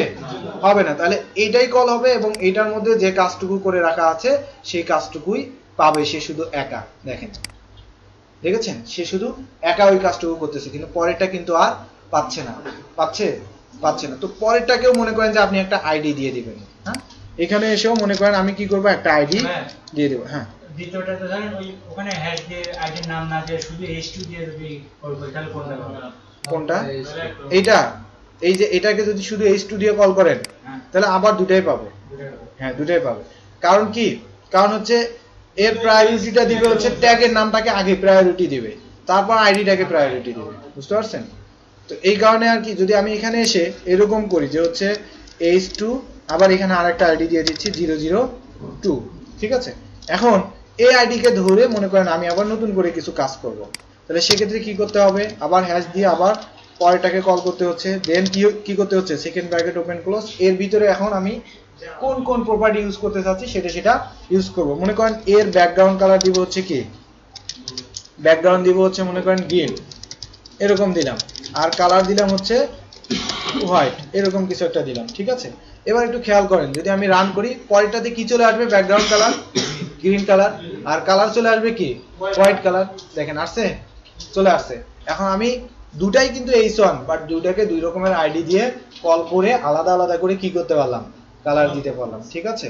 তো আপনি এরকম যখন হচ্ছে কাজ করবেন, এরকম আপনার অনেক h2 আসবে, অনেক h1 আসবে, অনেক কি আসবে, পি ট্যাগ আসবে অনেক, তারপর হচ্ছে আপনার কি বলে যে হচ্ছে h1 ট্যাগ আসবে। তো এইগুলো আসলে আপনাকে যেটা করতে হবে সেটা হচ্ছে মানে এই নির্দিষ্ট করে একটাকে ধরতে গেলে ওইটার একটা আইডি ইউজ করতে হবে অথবা একটা ক্লাস ইউজ করতে হবে। তো এখন পর্যন্ত আমরা শুধু আইডি দেখলাম, ক্লাস এখনো দেখি নাই, দেখেছি? তো এখানে কিছুই না, যদি আপনি ক্লাস দিতে চান জাস্ট এইভাবে দিতে হবে, ক্লাস অ্যাট্রিবিউটটা দিতে হবে। ক্লাস দিয়ে মনে করেন এর ক্লাসের নামটা কি হলো, h2002। তো যখন আমরা আইডি কে কল করি তখন হচ্ছে হ্যাশ দিয়ে কল করি, বাট যখন আমরা ক্লাসকে কল করব তখন হচ্ছে আমরা এখানে একটা ডট দিয়ে কল করব, বুঝতে পারছেন? ডট দিয়ে বোঝা হলো যে এটা হলো একটা ক্লাস, আর হ্যাশ দিয়ে বোঝা হলো এটা একটা আইডি। আর যখন আমি সরাসরি কিছু দিয়ে কল করি তখন সেটা সরাসরি ট্যাগের নামটাকে কল করি, বুঝতে পারছেন? তো এখন আমরা কল করার সিস্টেমটা বুঝলাম যে যখন আমরা সিএসএস এ কি বলে যে হচ্ছে কোনো ক্লাসকে কল করব তখন কি দিয়ে কল করব, ডট দিয়ে। যখন কোনো আইডি কে কল করব তখন হ্যাশ দিয়ে, আর যখন কোনো ট্যাগ কে কল করব সরাসরি ট্যাগের নামটা দিয়ে, বুঝতে পারছেন? এখন দেখেন, এখন কিন্তু সেম কাজই হবে, কোনো সমস্যা নাই। সেম কাজটাই হবে। বাট এখানে একটা পার্থক্য দেখেন যে আমার মানে কোশ্চেন আসতে পারে তাহলে আইডি এবং ক্লাসের মধ্যে পার্থক্য কি, তাই না? সেম কাজ তো হচ্ছে, কোনো চেঞ্জ নাই। তো আমি জাস্ট ক্লাস দিয়ে ওটাকে ডট দিয়ে কল করতেছি, আর এখানে কি করতেছি, আইডি কে হ্যাশ দিয়ে কল করতেছি। এতটুকুই কি পার্থক্য? এতটুকু পার্থক্য হলে তো এটা করার প্রয়োজন ছিল না, একটা আইডি করার প্রয়োজন ছিল না, আর একটা ক্লাস করার প্রয়োজন ছিল না। তাহলে শুধু আইডি রাখতো বা শুধু ক্লাসই রাখতো, যেহেতু সেম কাজ হচ্ছে, শুধু কলিং এর সিস্টেমে আলাদা, ডট আর হ্যাশ। বাট এখানে আরো একটা বিষয় আছে, একটা সূক্ষ্ম বিষয় দেখেন, সেটা আপনারা ক্লিয়ার হয়ে যান আজকেই। আচ্ছা একটু দেখেন, আইডি কে যখন আমরা কল করতেছি হ্যাশ দিয়ে কল করতেছি, আর ক্লাসকে যখন কল করতেছি তখন ডট দিয়ে কল করতেছি, এটা একটা পার্থক্য আমাদের চোখে পড়তেছে। আরেকটা বিষয় দেখেন, এই আইডির মধ্যে একটা মানুষের আইডি কয়টা হতে পারে? একটাই হতে পারে না? দুইটা হলে কি হবে? হবে না। বাট একটা মানুষের নাম তো দুইটা তিনটা চারটা হতে পারে না? আচ্ছা, ক্লাসের ভিতরে আমরা সেই কাজটাই করতে পারি। ক্লাসের ভিতরে আমরা চাইলে দুইটা তিনটা চারটা যত খুশি রাখতে পারি নাম। বাট আইডির ভিতরে শুধুমাত্র কি করব, আমরা একটাই রাখতে পারবো, তার বেশি রাখতে পারবো না। যদি ক্লাসের ভিতরে আমি দুইটা তিনটা রাখি তাহলে যে কোনো একটাকে দিয়ে কল করলেই হবে। যেমন আমার নিজেরই দুইটা নাম, তাই না? মাহমুদুল হাসান। তো আমাকে কেউ যদি হাসান বলেও ডাকে তারপরেও আমি কি করব, শুনবো। আমাকে মাহমুদুল বলে ডাকলে তারপরে আমি শুনবো। বাট আমার কিন্তু দুইটা আইডি নাই, দুইটা আইডি দিলে কিন্তু কাজ হবে না। আইডি কি হবে? ইউনিক, একটাই হবে, তাই না? তো এখন আমার মধ্যে যদি আবার দুইটা আইডি দেওয়া হয় তাহলে একটাও কাজ করবে না, বুঝতে পারছেন এরকম বিষয়টা? তো একটু খেয়াল করেন যে আমি আইডির মধ্যে এসে আরেকটা আইডি দিয়ে দিচ্ছি। মনে করেন যে হচ্ছে H2 এখানে দিলাম হচ্ছে 1, এখানে দুইটা নাম দিলাম, ঠিক আছে? একটা হচ্ছে কি H2_001 আর আরেকটা নাম দিলাম কি H2_1, ঠিক আছে? এবার একটু খেয়াল করেন, আউটপুটে দেখেন আর H2 এটা কাজ করবে না, দেখেছেন? কারণ আমরা এখানে কয়টা নাম দিয়েছি? দুইটা নাম দিয়েছি। এখন কিন্তু আর কাজ করতেছে না। তার মানে কি আমরা এট এ টাইম একটা আইডির ভিতরে একটা নামই শুধু দিতে পারবো। বাট ক্লাসের ক্ষেত্রে দেখেন, ক্লাসের ক্ষেত্রে কোনো সমস্যা নেই। ক্লাসের ক্ষেত্রে আমি যদি এখানে এসে H2_02 দেই, ঠিক আছে? H2_02 বা 2 এরকম দিলাম, ঠিক আছে? তো এখন দেখেন এখানে দুইটা নাম হয়েছে না? এ একটা নাম, আবার এ আর একটা নাম। আইডির ক্ষেত্রে দেখলেন যে দুইটা নাম দেওয়ার ফলে কি হচ্ছে না, আউটপুটে কাজ করতেছে না। বাট ক্লাসের ক্ষেত্রে দেখেন কোনো সমস্যাই হবে না। ক্লাসের ক্ষেত্রে আছে না? ঠিক আছে না? ঠিক আছে। বাট একটু খেয়াল করেন যে এখানে আমার দুইটা নাম দেওয়ার তাহলে কাজ কি, তাই না? আপনি যে কোনো একটাকে কল করে কাজ করতে পারেন বা দুইটাকেই কল করে কাজ করতে পারেন। যেমন H2 এর মধ্যে আমি কি করছি, H2_002, এখানে ব্যাকগ্রাউন্ড কালার গ্রিন দিছি, কালার কি দিছি, আবার হোয়াইট দিছি। আবার মনে করেন যে পরে আরেকটা ক্লাস আছে, কি ক্লাস আছে? H2_2, তাই না? এটাকেও আবার কল করতেছি আমি, H2_ কি দিব, H2_2 দিলাম।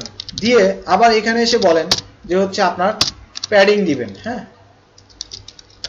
প্যাডিং বলে কিছু একটা আছে, ঠিক আছে? তো প্যাডিং কি জিনিস আমি বুঝাচ্ছি আপনাকে।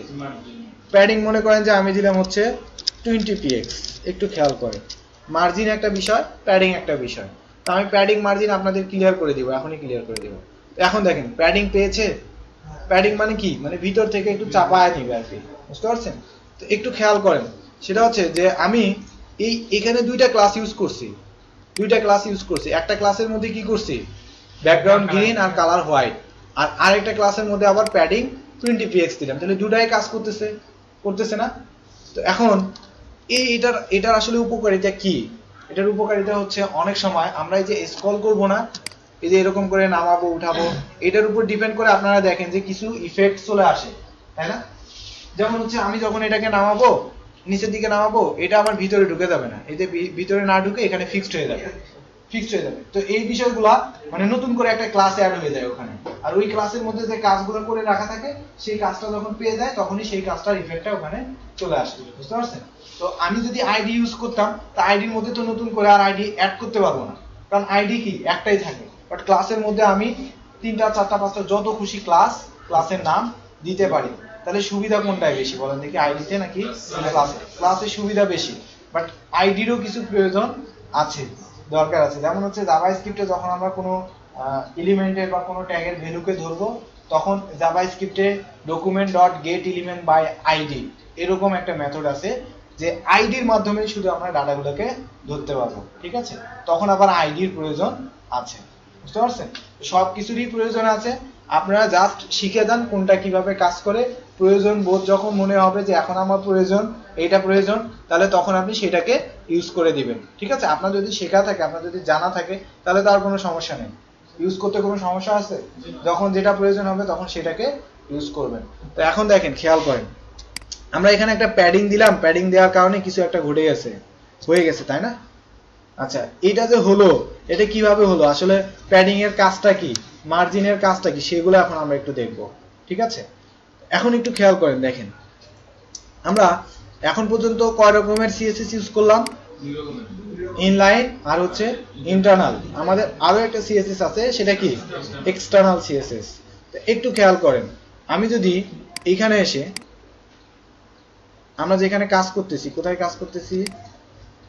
ডে 4, এটা আপনাদের ওয়েব 01, ওয়েব 02 আপনাদের, তাই তো? যে ওয়েব 02, এখানে এসে দেখেন, এখন আমরা একটা এক্সটার্নাল কি করব? সিএসএস নিয়ে কাজ করব। তাহলে আমার কি করতে হবে? একটা সিএসএস ফাইল ক্রিয়েট করতে হবে না, এক্সটার্নাল সিএসএস ফাইল। তাহলে ঠিক একইভাবে এইচটিএমএল ফাইল যেভাবে ক্রিয়েট করছি ওইভাবেই করব। নিউ থেকে কোথায় যাব? টেক্সট ডকুমেন্ট, এখানে এসে বলে দিলাম হচ্ছে স্টাইল ডট সিএসএস, ঠিক আছে? Style dot CSS. তাহলে এই ফাইলের সঙ্গে এই ফাইলের ফার্স্ট আগে কি করতে হবে? লিংক করতে হবে। লিংক না করলে আপনি এখান থেকে যে কাজ করবেন সেটা এর জন্য করতেছেন সে কিন্তু বুঝতে পারবে না। তাহলে তাকে বুঝাতে গেলে আগে আমাদের কি করতে হবে? লিংক করতে হবে। ফার্স্ট দিন বলেছিলাম হেড ট্যাগের ভিতরে আমরা টাইটেল ট্যাগ ইউজ করতে পারি, এক্সটার্নাল সিএসএস ফাইলের লিংক করতে পারি, ইন্টারনাল সিএসএস ইউজ করতে পারি, তাই না? তাহলে দেখেন আমরা টাইটেল ইউজ করা দেখেছি লাস্ট 3টা ক্লাসে, তাই না? আজকে আবার ইন্টারনাল সিএসএস ইউজ করলাম। এবার এক্সটার্নাল সিএসএসটাকেও আমরা কি করতে পারবো? এখানে লিংক করতে পারবো না? তো দেখেন, সেক্ষেত্রে আমি যদি এরকম রাখি, হ্যাঁ, লিংক বলে একটা ট্যাগ আছে, কি আছে? লিংক বলে ট্যাগ আছে, যেটা হচ্ছে সিঙ্গেল ট্যাগ, যেটার মাধ্যমে আমরা কি করতে পারবো? এক্সটার্নাল সিএসএস ফাইলটাকে লিংক করতে পারবো। তো এখন দেখেন, এখানে লিংক করার জন্য আপনাকে কয়েকটা অ্যাট্রিবিউট ইউজ করতে হবে। একটা হচ্ছে যে আমরা যখন এক্সটার্নাল ফাইলের লিংক আপ করি, যেমন হচ্ছে এক পেজ থেকে আরেক পেজে লিংক আপ করেছি অ্যাঙ্কর ট্যাগে, কি করছিলাম? একটা অ্যাট্রিবিউট হাইপার রেফারেন্স ইউজ করছিলাম না? হাইপার রেফারেন্সের ভিতরে যে ফাইলটার সাথে যে ফাইলের লিংক আপ করতে চাচ্ছি ওইটার পাথ বলে দিয়েছিলাম, তাই না? আবার ইমেজের জন্য কি ইউজ করছিলাম? Attribute source. সোর্স নামে একটা অ্যাট্রিবিউট ইউজ করে ইমেজের যে পাথটা ছিল সেই পাথটাকে আমরা ওইটার ভিতরে বলে দিয়েছিলাম। তাহলে ইমেজের ক্ষেত্রে সোর্স আর এক্সটার্নাল জাভাস্ক্রিপ্ট ফাইলকে লিংক আপ করার ক্ষেত্রে সোর্স অ্যাট্রিবিউটটা ইউজ হয়। আর এক পেজ থেকে আরেক পেজে লিংক আপ করার ক্ষেত্রে মানে অ্যাঙ্কর ট্যাগের মধ্যে ইউজ হয় হচ্ছে হাইপার রেফারেন্স, আর লিংক ট্যাগের মধ্যে ইউজ হয় হচ্ছে হাইপার রেফারেন্স, মানে href, বুঝতে পারছেন? তাহলে আমরা লিংকের মাধ্যমে যদি সিএসএস ফাইলকে এখন লিংক করতে চাই, তাহলে আমাদের একটা অ্যাট্রিবিউট ইউজ করতে হবে, কি? href, হাইপার রেফারেন্স, বুঝতে পারছেন? তার আগে আরো একটা অ্যাট্রিবিউট ইউজ করতে হবে, রিলেশন, ঠিক আছে? রিলেশন বলে একটা অ্যাট্রিবিউট আছে, সেই রিলেশন অ্যাট্রিবিউটটাও আমাদের এখানে ইউজ করতে হবে। দেখেন, আমি রিলেশন অ্যাট্রিবিউটটা ইউজ করে এখানে বলে দিব রিলেশন স্টাইল শীট, এইটা বলে দিতে হবে আপনাকে। এক্সটার্নাল সিএসএস ফাইলকে লিংক আপ করার জন্য কি বলে দিতে হবে? রিলেশন স্টাইল শীট, মানে আমরা স্টাইল শীটগুলোর সাথে কি করতেছি? রিলেশন তৈরি করতেছি। এবার দেখেন, এবার ওই এক্সটার্নাল ফাইল সিএসএস ফাইলটাকে লিংক করার জন্য কোন ট্যাগটাকে অ্যাট্রিবিউটটাকে ইউজ করব? Hyper reference equal. এখন এইখানে আপনার কি করে দিতে হবে? ওই ফাইলের পাথ বলে দিতে হবে। আচ্ছা, কিভাবে বলবেন একটু বলেন দেখি, এখানে কি লিখতে হবে পাথটা বলে দিতে গেলে? কেন style.css কেন? ফাইল এক্সটেনশন সহ লিংকিং, হ্যাঁ লিখবেন, বাট style.css টাই কেন? কোনো ফোল্ডারের নাম কেন না? মানে আমরা ইন্ডেক্স ফাইলটা যেখানে রাখছি আমাদের সিএসএস ফাইলটাও সেখানে আছে। সো আমার এখান থেকে আর বের হওয়ারও দরকার নাই, আর নতুন করে কোনো ফোল্ডারের ভিতরে ঢোকারও প্রয়োজন নাই। বাট যদি এরকম থাকতো, দেখেন, যদি এইরকম থাকতো, এখানে তো সাথে আছে বলেই শুধু আমরা ফাইলের নামটা লিখে দেবো, তাই না? বাট এখানে যদি এরকম থাকতো সিএসএস, আর এই ফোল্ডারের ভিতরে আমাদের এই সিএসএস ফাইলটা, তাহলে সেক্ষেত্রে আপনি কিভাবে লিখতেন? আগে কি দিব? সিএসএস স্ল্যাশ, তারপর হচ্ছে ফাইলের নাম, তাই না? style.css, এরকম তো? হ্যাঁ, কিসের? আচ্ছা ওয়েট করো, লিখো আবার বন্ধ করে দিও না। হয়ে গেছে তাই না, যে আমরা বাইরে যে সিএসএস ফাইলটাকে রাখছি এই যে এই ফোল্ডারের ভিতরে, সেই ফাইলের লিংক আপ এখন আমাদের হয়ে গেছে না। তো এখন দেখেন একটু খেয়াল করেন, এটাকে আমি নোটপ্যাড প্লাস প্লাসে এডিট করে নিলাম, ঠিক আছে। এখন আমরা এখানে এক্সটার্নাল সিএসএস ফাইলে এইগুলা যে কোনো ট্যাগের জন্য বা যে কোনো ক্লাসের জন্য যে কোনো আইডির জন্য এখানে কল করব, কল করলে সেই কাজটা এখানে যেটা বলে দিব সেই কাজটা এই ফাইলের মধ্যে হয়ে যাবে না, কারণ কি আমাদের লিংক আপ করা আছে, এই যে এখানে লিংক করা আছে। তো এখন দেখেন এই ফাইলটাকে আমি যেটা করতে পারি, রাইট বাটন ক্লিক করে মুভ টু আদার ভিউ বলে কিছু একটা আছে, এখানে ক্লিক করলে দেখেন পাশাপাশি চলে গেছে তাই না। এখানে হচ্ছে আমাদের HTML কোডগুলা, এখানে থাকবে কি আমাদের CSS কোডগুলা। নরমালি আমরা এর পরে যে কাজগুলো করব সব এক্সটার্নাল CSS ফাইলের মাধ্যমেই করব, ঠিক আছে। তো এখন মানে কিছু কিছু ক্ষেত্রে আমাদের কি হবে, ইন্টারনাল ইউজ করার প্রয়োজন হবে অথবা ইনলাইন ইউজ করার প্রয়োজন হবে। আজকে আমি আপনাদের তিন ভাবে ইউজ করে দেখাচ্ছি, ইনলাইনও দেখালাম, এই যে এইটার জন্য আমরা কি ইউজ করছি, ইনলাইন ইউজ করছি তাই না, আর এইটার জন্য H2 এর জন্য আবার কি করছি দেখেন ইন্টারনাল ইউজ করছি, আবার H2 এর জন্যও কি করছি ইন্টারনাল ইউজ করছি। তো এবার দেখেন, এবার মনে করেন যে হচ্ছে আমি আরেকটা বিষয় নিচ্ছি, হ্যাঁ একটা পি ট্যাগ নিচ্ছি, পি ট্যাগ শুরু করলাম, পি ট্যাগটাকে শেষ করলাম, ঠিক আছে। মানে এখানে কিছু কন্টেন্ট লিখতে হবে, তো নেট কানেকশনটা নাই এখানে, কন্টেন্ট কোথায় পাবো, আছে তো এই পিসিতে নাই, পিসিটাতে সমস্যা করতেছে। একটা পি ট্যাগ নিলাম তাই না, পি ট্যাগ শুরু করছি এখানে, শেষ করছি এখানে, এবং এই পি ট্যাগের ভিতরে অনেকগুলো আমরা কি করলাম কন্টেন্ট বা টেক্সট রেখে দিলাম। তো আপনি যদি আউটপুটে রান করেন একটা প্যারাগ্রাফ আকারে শুধু এই পি ট্যাগটা চলে আসছে না, এরকম কিছু। তো এখন দেখেন এই পি ট্যাগটাকে নিয়ে আমরা কিছু কাজ করব, সে কি কাজ করব, সিএসএস একটু ডিজাইন করব, ঠিক আছে। দেখেন কয়টা বাজে, 12:30, আচ্ছা আধা ঘন্টা আছে তো নাকি, আধা ঘন্টায় শেষ হবে ইনশাল্লাহ, সমস্যা নেই। এখানে একটু দেখেন সবাই, এই পি ট্যাগটাকে যদি আমি কল করতে চাই এভাবে কল করতে পারি না সিএসএস এ। কারণ কল করলে আপনি সরাসরি পি ট্যাগকে কল করলেন, কল করে আপনাকে কি করতে হবে, সেকেন্ড ব্র্যাকেট ওপেন করতে হবে, আবার ক্লোজ করে নিতে হবে। তো এই পি ট্যাগের ভিতরে আপনি যে যে কাজগুলো করতে চাচ্ছেন,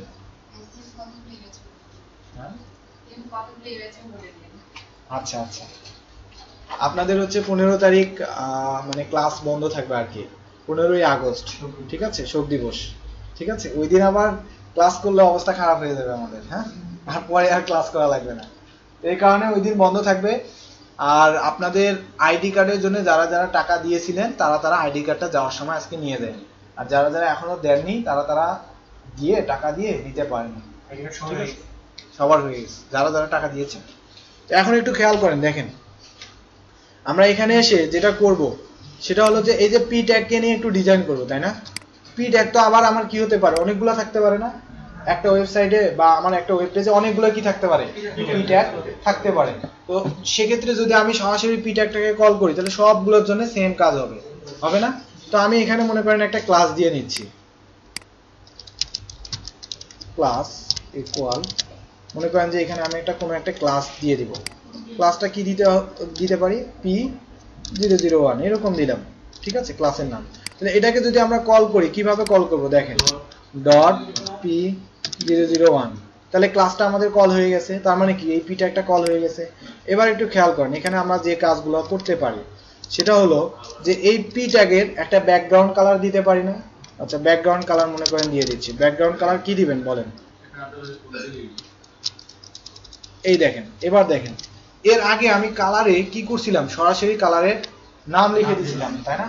এবার কিন্তু আমি কালারের নাম লিখি নাই, এবার কি করছি, কোড লিখেছি একটা তাই না, কালারের কোড।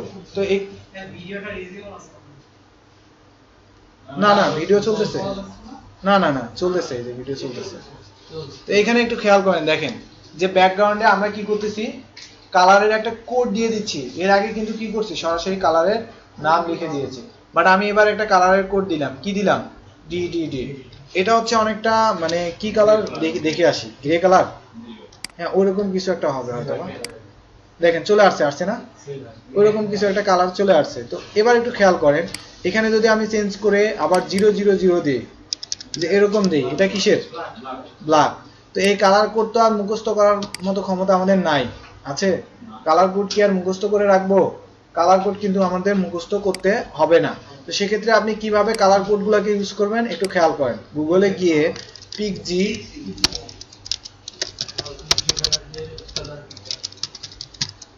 লিখে সার্চ দেন। ও আমার তো এখানে নেট কানেকশন নেই। আচ্ছা যাই হোক, পিকজি কালার পিকার লিখে সার্চ দিলে আপনার একটা সফটওয়্যার চলে আসবে exe ফাইল। ওইটাকে ডাউনলোড করে নিয়ে ডাবল ক্লিক করলে ওটা রান হবে এবং যে কালারের উপরে ধরবেন সেই কালারটা কি হবে? শো করাবে, কোডটা শো করাবে। কন্ট্রোল অল্টার সি দিলে সেই কোডটা কপি হয়ে যাবে এবং কপি হয়ে গেলে আপনি এখানে জাস্ট এসে কন্ট্রোল ভি দিয়ে দেন, পেস্ট হয়ে যাবে। ঠিক আছে? এই আমাদের আর কালার কোড কষ্ট করে কি করতে হবে না, মুখস্থ করতে হবে না। বুঝতে পারছেন? হ্যাঁ, আগে হ্যাশ দিয়ে নিতে হয়, হ্যাশটা কপি হয় না, বাট হ্যাশ দিয়ে তারপর কন্ট্রোল ভি দিবেন। তো এটা আমি দেখাবো নেক্সট ক্লাস থেকে, সমস্যা নেই। তো এখন দেখেন এখানে আমি কি করলাম, কালো কালারের একটা কোড লিখে দিলাম। যখন আপনি কালারের কোড লিখবেন তখন আপনাকে কি করতে হচ্ছে, হেক্সাডেসিমাল কোড, এটাকে বলা হচ্ছে হেক্সাডেসিমাল কোড। আমরা RGB কালার দিতে পারি, ঠিক আছে? সেটার জন্য অন্যভাবে দিতে হবে। তো এই যে একটা প্রসেস আমরা দেখলাম সরাসরি কালারের নাম লিখে, আরেকটা দেখলাম কি হেক্সাডেসিমাল কোড যেটা আছে সেটাকে ইউজ করা। তো ওটাকে ইউজ করতে গেলে কালারের কোডটার আগে কি দিতে হয়, একটা হ্যাশ সাইন দিতে হয়, নাম্বার সাইন দিতে হয়। তো সেক্ষেত্রে আমরা যেটা করব দেখেন যে এখানে এসে কালারের কোডটা যে আমরা দিলাম, কালো কালারের কোড দিলাম, আমাদের যে ওই ক্লাসের মধ্যে এসে কি হয়ে গেছে, একটা কালো কালারের কোড চলে আসছে না? এখন টেক্সটের কালার তো আর দেখা যাইতেছে না, তাহলে টেক্সটের কালারটা কি করতে পারেন আপনি বলেন দেখি? কালার, এই যে হোয়াইট কালারের একটা কোড আছে FFF, ঠিক আছে? এবার দেখেন তাহলে টেক্সটের কালার চলে আসবে না? দেখেন টেক্সটের কালার কি হয়ে গেছে, হোয়াইট কালার হয়ে গেছে। তো এখন বিষয় হচ্ছে যে আপনি এটার একটা উইডথ দিয়ে দিবেন। কি করবেন, একটা উইডথ দিয়ে দিবেন। উইডথ মনে করেন যে দিলেন হচ্ছে 500 px। এবার দেখেন কি করলাম, আমি উইডথ দিয়ে দিলাম কত, 500 px। একটু খেয়াল করেন, আমি কিন্তু ব্যাকগ্রাউন্ড, এগুলো কিন্তু প্রপার্টি, তাই না? ব্যাকগ্রাউন্ড একটা প্রপার্টি, তারপর কালার একটা প্রপার্টি, আর উইডথ একটা কি প্রপার্টি। আর এই যে এইগুলা ডান পাশে যেগুলো লিখতেছি ওই প্রপার্টির জন্য ভ্যালুটা লিখতেছি। এখন কালারের ব্যাকগ্রাউন্ডের মধ্যে আমি তো আর 500 px দিয়ে দিতে পারি না, পারি? ওখানে কালারের কোড দিতে হবে, তাই না? তো এই কারণে ওখানে আমরা কি করছি, কালারের কোড লিখে দিছি। আবার উইডথের মধ্যে এসে তো আর আমি কালারের কোডটা আবার এখানে লিখতে পারি না। এখানে ভ্যালু কি হতে পারে, px হতে পারে। মানে কত উইডথ হবে, কত হাইট হবে, আমরা এগুলো কি দিয়ে নিতে পারি, পিক্সেল দিয়ে নিতে পারি না। তো পিক্সেলকে আমরা px দিয়ে লিখি, ঠিক আছে? তো এখন দেখেন আমি কি করছি, উইডথটা 500 px দিয়েছি। এবার আমাদের যে p ট্যাগ ছিল এটার উইডথ কত ছিল, ডিফল্ট ভাবে 100% ছিল। বুঝতে পারছেন? যদি কোনো মানে ট্যাগের বলেন, কোনো ক্লাসের বলেন, কোনো আইডির বলেন, যদি উইডথ আপনি ফিক্সড করে না দেন, সে ডিফল্ট ভাবে যে ট্যাগের ভিতরে আছে সেই ট্যাগের উইডথটা পুরোটাই নিয়ে নেবে সে। বাট এখন কিন্তু আমি কি করে দিয়েছি, এখানে দেখেন তো, এখানে কিন্তু উইডথটাকে 500 px করে দিয়েছি, তাই না? তার মানে কি ফিক্সড, তার উইডথটা কত হবে, 500 px হবে। যদি আমি রান করি দেখেন 500 px পেয়ে গেছে, সে গেছে না? সে কিন্তু আর পুরোটা পাচ্ছে না, এখন সে কতটুকু পাচ্ছে, 500 px পাচ্ছে। তাহলে উইডথের কাজ কি বুঝলেন, উইডথ। আচ্ছা এবার মনে করেন যে আপনি একটা হাইট দিবেন, হ্যাঁ, মনে করেন কি দিবেন, একটা হাইট দিবেন। হাইট মনে করেন যে আমি এখানে দিলাম হচ্ছে 100 px, 100 px দিয়ে দিলাম। তাহলে হাইটটা কত হবে বলেন দেখি, 100 হয়ে যাবে। দেখেছেন হাইট কত হয়ে গেছে, 100 px হয়ে গেছে। বাট এর কিন্তু আরো টেক্সট আছে, আছে না? 100 এর থেকে তো বেশি নিচ্ছিল, ডিফল্ট ভাবে দেখলাম বেশি নিচ্ছিল না? তো যখন বেশি নিচ্ছিল তখন দেখেছেন যে হচ্ছে কতগুলো টেক্সট ছিল। বাট যখন আমি হাইটটাকে ফিক্সড করে দিলাম, কথা না বলি, হাইটটাকে যখন আমি ফিক্সড করে দিলাম তখন আমাদের কি হয়ে গেছে, হাইটটা একদম ফিক্সড, ওইটাকে আর কি করতে পারতেছে না, বাড়াতে পারতেছে না। তো এর বাইরে যে টেক্সটগুলো ছিল সেগুলো কি হয়ে গেছে, ওভারফ্লো হয়ে গেছে, বাইরে চলে গেছে। যেহেতু টেক্সটের কালারটা কি দেয়া আছে, সাদা কালার, যার কারণে বাইরে যে গেছে আমরা কিন্তু আর বুঝতে পারতেছি না, পারতেছি? তো একটু দেখেন কালারগুলোকে আমরা চেঞ্জ করে আসি, দেখি কি হয়। এখানে যদি আমি DDD ইউজ করি, এটা ইউজ করলাম, আর কালারটাকে আমি দিলাম হচ্ছে কি, দিতে পারি হচ্ছে কালোই দিলাম, ঠিক আছে, এরকম দিলাম। তো এবার একটু খেয়াল করেন, দেখেন, দেখেছেন এর এর কিন্তু এরিয়াটা কতটুকু, যে এতটুকু নেওয়ার দরকার ছিল। বাট যখন আমি এর হাইটটাকে ফিক্সড করে দিয়েছি তখন দেখেন এখান থেকেই শেষ, আর বাকিগুলো কি হচ্ছে, ওভারফ্লো হচ্ছে, তাই না? ওভারফ্লো বলতে মনে করেন যে হচ্ছে আপনি 1 লিটার পানির বোতলে 2 লিটার পানি ঢালতেছেন, তাহলে 1 লিটারের জায়গা হবে আর 1 লিটার কি হবে, পড়ে যাবে না? তো ঠিক একইভাবে আপনি এখানে 100 হাইটের মধ্যে আপনি 200 বা তারও বেশি হাইটের কন্টেন্ট রাখতেছেন, তাহলে কি হবে 100 এর জায়গা ওর ভিতরে হয়ে বাকিগুলো কি হয়ে যাবে, বাইরে চলে যাবে না? তো যদি কখনো এরকম হয়, এই যে বাইরে যেটা চলে যাচ্ছে এটাকে যেটা ওভারফ্লো হচ্ছে এটাকে যদি আপনি দেখতে না চান, ঠিক আছে, ওভারফ্লোটাকে যদি আপনি দেখতে না চান তাহলে কি করতে পারেন, হিডেন করে রাখতে পারেন, ওভারফ্লো হিডেন করে রাখতে পারেন। দেখেন সেক্ষেত্রে আমি মনে করেন যে এখানে আসলাম, এখানে এসে যদি বলে দেই যে ওভারফ্লো হিডেন, HIDDEN হিডেন, তাহলে কি হবে বলেন দেখি? এই যে বাইরের যে অংশটুকু যেটা ওভারফ্লো হয়েছে মানে এর এরিয়াটাকে অতিক্রম করে বের হয়ে গেছিল সেটা আর দেখা যাচ্ছে না, সেটা কি হয়ে গেছে, হিডেন হয়ে গেছে। বুঝতে পারছেন? তাহলে ওভারফ্লো হিডেনের কাজ কি বুঝলেন? হ্যাঁ, আচ্ছা এখানে আমি ওভারফ্লো হিডেন রাখবো না, দেখেন এটা আমাদের পরে কিন্তু কাজে দিবে, আপনারা জাস্ট মনে রাখেন, ঠিক আছে? ওভারফ্লো হিডেন দিলে কি হয়, মানে যেটা বাইরে চলে যাচ্ছে অতিক্রম হচ্ছে সেটাকে হাইড করে রাখতেছে। ওকে, এবার একটু খেয়াল করেন, তো সেক্ষেত্রে আমি যখন এখানে হাইটটা দিয়ে দিচ্ছি, যখন আমি হাইটটা ফিক্সড করে দিচ্ছি তখন বাইরের অংশটুকু কি হচ্ছে, চলে যাচ্ছে, বাইরে অতিক্রম করে বাইরে চলে যাচ্ছে। তো আমি জানি না যে আমার এখানে কতগুলো কন্টেন্ট হতে পারে, আরো বেশি হতে পারে, আরো বেশি হতে পারে, তাই না?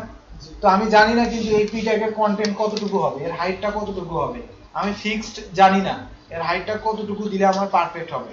যখন আমি ফিক্সড ভাবে বলতে পারবো না যে আমার এর হাইটটা এতটুকু লাগবে, তখন আমি যেটা করব এখানে যে হাইটটা না দিয়ে কি ইউজ করব, মিনিমাম হাইট ইউজ করব। বুঝতে পারছেন? মিনিমাম হাইট মানে মিনিমাম হাইটের কাজ কি, সে মিনিমাম 100 px নিবে, এখানে যে 100 px দেয়া আছে সে মিনিমাম কত নেবে, 100 px নেবে, যদি এর বাইরে আরো লাগে তাহলে সে অটোমেটিক বাড়ায় নেবে। বুঝতে পারছেন যে মিনিমাম হাইটের কাজ কি আর হাইটের কাজ কি? হাইট একবারেই ফিক্সড আর মিনিমাম হাইট যতটুকু লাগবে অটোমেটিক বাড়ায় নেবে, যে মিনিমাম একটা হাইট থাকবে এবং এরপরেও যদি আরো লাগে তাহলে আরো নিয়ে নিবে সে, মানে স্টিচ স্প্যান আর কি, মানে যতটুকু লাগে কোমরে ততটুকু সে বাড়ায় নেবে, তাই না? কিন্তু ডিফল্ট ভাবে আগে কি থাকে, আগে একটা তো মানে এর একটা সাইজ থাকেই, তাই না? বাট যদি আপনার কোমর আরো বেশি মোটা হয়ে যায় ও অটোমেটিক কি করে, ছায়া দেয়। তো এরকম কাজ করতেছে, মনে করেন যে এটা হাইট ফিক্সড মানে এটা স্টিচ না, আর মিনিমাম হাইট কি করতেছে, যে ওটাকে যতটুকু লাগে আবার বাড়ায় দিতেছে। বুঝতে পারছেন? হ্যাঁ, তো এইভাবেই কাজ করবে। দেখেন এবার একটু খেয়াল করেন যে আমরা যখন কোনো কিছুকে লিখি, মনে করেন যে আপনি এক্সাম হলে আপনি এক্সাম দিচ্ছেন, তো সেক্ষেত্রে আপনার হলো মানে একটা দেওয়া হয়েছে, পেজ দেওয়া হয়েছে, তাই না? তো এক্সাম দেওয়ার সময় আপনি যেটা করেন সেটা হচ্ছে যে যখনই আপনাকে পেপারটা বা খাতাটা দেওয়া হলো তখনই আগে আপনি একটা মার্জিন টেনে নেন, মানে উপর থেকে লেফট থেকে রাইট থেকে কতটুকু জায়গা ছাঁটাই করবেন সেটা আগে করে নেন, করেন না? তারপর কি করেন, তারপর এই মার্জিন দেওয়ার পরে যখন ভিতরে আবার লিখেন তখন ভিতরে আবার কি করেন, আর একটু চাপায় লিখেন না ভিতরের দিকে। তো এই যে আগে যে মার্জিন দিয়ে বাইরে থেকে বাদ দিয়ে দিলেন ওটাকে মার্জিন বলবো, আর মার্জিন দেওয়ার পর ভিতরের দিকে যে অংশটুকু আবার আপনি লিখতেছেন, চাপায় লিখতেছেন, ওটাকে বলবো হচ্ছে কি, প্যাডিং। তার মানে হচ্ছে যে এই যে এইটাকে মনে করেন যে এই যে উপর থেকে সরে আসছে না, এটা হলো এর মার্জিন। আর এটা যদি এখান থেকে ভিতরের দিকে যে টেক্সট গুলো যেগুলো আছে একদম গায়ে গায়ে লাগানো, তাই না, এটাকে যদি ভিতরের দিকে চাপাতেন তাহলে সেটা হয়তো কি, প্যাডিং। বুঝতে পারছেন? উপরে একটা প্যাডিং করলাম তো মানে ব্যাকগ্রাউন্ড কালারটা একটু হইছে, নিচের দিকে নামছে। হ্যাঁ নামবে তো, কারণ ওর এরিয়াটা তো বেড়ে গেছে তাই। আর যদি আপনি মার্জিন দিতেন তাহলে প্যাডিং দিব তত নিচের দিকে নামবে, লেখাটা হ্যাঁ হ্যাঁ চেপে যাবে, ওর এরিয়া যখন হচ্ছে ভিতরে চাপাচ্ছে ওর এরিয়াটা বাড়াবে না, বাড়ায় নিবে তো। প্যাডিং মানে ভিতর থেকে মোটা হয়ে যাচ্ছে আর কি। বুঝতে পারছেন? আর মার্জিন মানে সে মোটা টোটা কিছুই হচ্ছে না, শুধু বাইরে থেকে তাকে সরাচ্ছে, যে ওকে একটু সরাই দিব, ওকে একটু সরাই দিব, মাঝখানে একটা গ্যাপ করবো, তাই না? বাট ওকে না সরায় কি করবো, ওর ভিতর থেকে বাড়ায় দিব। বুঝতে পারছেন? ওর ভিতর থেকে বাড়ায় দিব বা ভিতরে আমরা চাপায় রাখবো, ঠিক আছে? তো সেক্ষেত্রে অবশ্যই কি লাগবে, প্যাডিং লাগবে। তো এখন একটু খেয়াল করেন যে আগে আপনারা প্যাডিংটা বোঝেন, প্যাডিং এ যেভাবে কাজ করব ঠিক একইভাবে আমাদের কিসে হবে, মার্জিনেও কাজ হবে, ঠিক আছে? তো একটু খেয়াল করেন, দেখেন যে আমরা এই পি ট্যাগকে নিয়ে কাজ করব। তো সেক্ষেত্রে আমরা এখানে যদি আসি, এই যে পি ট্যাগকে আমরা কি করছি, একটা ক্লাস দিয়ে ধরছি, এখানে আমরা ব্যাকগ্রাউন্ড দিছি, কালার দিছি, উইডথ দিছি, মিনিমাম হাইট দিছি। এর মনে করেন আমি একটা প্যাডিং দিতে চাচ্ছি, কি দিব, প্যাডিং। প্যাডিং যদি আপনি এরকম দেন 20 px দেন, তার মানে কি হবে, সে চারপাশেই 20 px এর প্যাডিংটা পেয়ে যাবে। দেখেন আপনি যদি যান রান করেন, চারপাশেই কত পেয়ে যাচ্ছে, 20 px পেয়ে যাচ্ছে। দেখেন এই যে উপরেও এদিকেও পেয়েছে, এদিকেও পেয়েছে, আবার এদিকেও, আবার নিচের দিকেও। চাই খালি লেফট থেকে প্যাডিং করব। হ্যাঁ সেটাই, ওটাতে আসতেছি। মনে করেন যে আপনার এরকম চারদিক থেকে প্রয়োজন নাই, তো এটাতে আমি এটা উঠাই দিই, এটা পরে আসতেছি। দেখেন শুধুমাত্র কি চাচ্ছেন, যে টপ থেকে একটা প্যাডিং চাচ্ছেন, শুধুমাত্র কি থেকে চাবেন, টপ থেকে। তাহলে আপনাকে যেটা করতে হবে, এখানে এসে লিখতে হবে padding, padding top, padding top বলে একটা কি আছে, প্রপার্টি আছে। তো এখানে প্যাডিং টপ দিয়ে আমি মনে করেন যে দিলাম হচ্ছে 20 px, ঠিক আছে। তাহলে আমার টপ থেকে কত প্যাডিং পাবে, 20 px প্যাডিং পাবে, পেয়েছে। আচ্ছা, আবার যদি মনে করেন আপনি চান যে প্যাডিং টপ না, প্যাডিং কি দিবেন,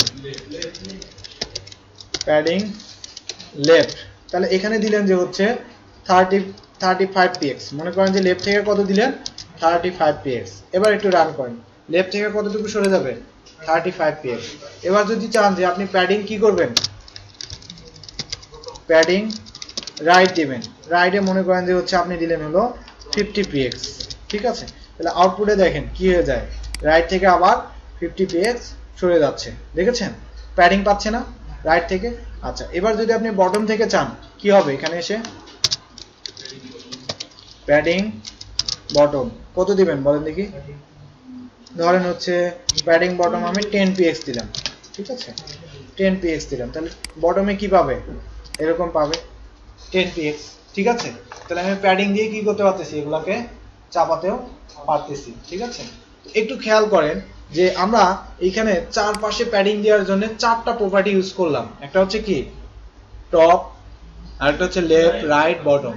এমন একটা প্রপার্টি যদি থাকতো যেটা দিয়ে আমরা সব কয়টা কাজ একসাথে করে দিতে পারি, তাহলে ভালো হইতো না?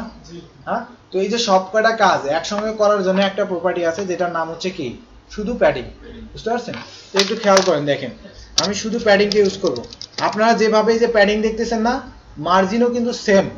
প্যাডিং কি করতেছে, এই যে ভিতর থেকে চাপাইতেছে, আর মার্জিন কি করবে, বাইরে থেকে চাপাবে, বাইরে থেকে সরাবে। প্যাডিং ভিতর থেকে সরাইতেছে না, আর মার্জিন কি করবে, বাইরে থেকে সরাবে। এতটুকুই পার্থক্য। বাট আপনাকে লিখতে হবে এভাবেই, যে ওটা হবে margin top, margin left, margin right, margin bottom. আর এখানে হবে কি, প্যাডিং, শুধু প্যাডিং দিচ্ছি, ওখানে শুধু মার্জিন বলে কিছু একটা থাকবে, বুঝতে পারছেন? তো এখন দেখেন এখানে আমি প্যাডিং দিয়ে যেটা করব সেটা হলো যে এই চারটা কাজ মনে করেন যে আমি কি করতে চাচ্ছি, একসঙ্গেই করতে চাচ্ছি। তো সেক্ষেত্রে এই চারটাকে আমি কমেন্টস করে রাখি। হ্যাঁ, সিএসএস এ কেমন করে যেন কমেন্টস করে, এরকম না, এরকম তো, এই যে এইভাবে কমেন্টস করে রাখা যায়। আর কমেন্টস করা মানে কি, যেটাকে আমি কমেন্টস করে রাখতেছি সেটা আর কাজ করবে না, আউটপুটে আমাদের কিছুই দেখাবে না, তাই না? ওইটার কোনো কাজ নাই। তো এখন দেখেন মনে করেন যে এগুলো এখানে থাকা না থাকা একই কথা, তাই তো, এখানে কিছুই নাই। বাট আমি এটা দেখালাম আপনাদের, এটার কাজটা আপনারা বুঝে গেলেন। মানে এই চারটার কাজ আমি একটা দিয়ে করব। কি দিয়ে করব, শুধুমাত্র প্যাডিং দিয়ে করব। দেখেন আপনি যদি আউটপুটে যান, এখন কিন্তু কিছুই থাকবে না, কোনো প্যাডিংই থাকবে না, কারণ কি ওইগুলোকে আমরা কমেন্ট করে রেখেছি। তো এখন এখানে এসে প্যাডিং ইউজ করে আমি চারটার কাজ একসাথে করতে চাচ্ছি, বুঝতে পারছেন? চারটার কাজ কি করব, একসাথেই করব। একটু খেয়াল করেন, আমি এখানে দিলাম হচ্ছে 0px, আবার দিলাম হচ্ছে 0px, আবার 0px, আবার দিলাম হচ্ছে 0px। তাহলে কোনটা কি, এখানে চারটা ভ্যালু দেওয়া আছে, একটা হচ্ছে টপে পাবে, একটা রাইটে পাবে, একটা বটমে পাবে, একটা লেফটে পাবে। বাট এখানে কোনটা টপে পাবে, কোনটা লেফটে, কোনটা রাইটে, আর কোনটা বটমে, বলুন দেখি। প্রথমটা টপে, তারপরে রাইট, ডাউন, লেফট। কি হবে, ঘড়ির কাঁটার দিকে। হ্যাঁ, ক্লকওয়াইজ ঘুরবে আর কি, বুঝতে পারছেন? মানে এখানে বিষয় হচ্ছে যে আমাদের শুরু হবে ধরেন হচ্ছে ঘড়ির কাঁটার 12 থেকে, তার মানে কি সে টপ, তাই তো। তারপরে যাবে হচ্ছে রাইটে, মানে 3, তাহলে সে কি রাইট। তারপর 6 মানে বটম, তাই না? তারপর যাবে হচ্ছে 9, তার মানে কি আমাদের টপ থেকে শুরু হবে, ঘড়ির কাঁটা অনুসারে কি করবে, সে ঘুরতে থাকবে। তাহলে প্রথমটা আমরা কি ধরে নিব, টপ, পরেরটা কি ধরে নিব, রাইট, পরেরটা কি ধরবো, বটম, তারপরে হচ্ছে লেফট, তাই না? তো এখন এখানে এসে মনে করেন যে আপনি টপের জন্য একটা ভ্যালু দিয়ে দিবেন। একটু খেয়াল করেন, আমরা কিন্তু সব 0 0 করছি, 0 বলতে কিছুই নাই, মানে ডিফল্ট ভাবে যেভাবে ছিল ওইভাবেই থাকতেছে। এখন একটু খেয়াল করেন যে আমি যে বললাম যে হচ্ছে প্রথমটা টপ, তারপর একটা রাইট, তারপর একটা লেফট, এগুলো একটু চেক করে আসি যে আসলেই তাই কিনা, তাই না?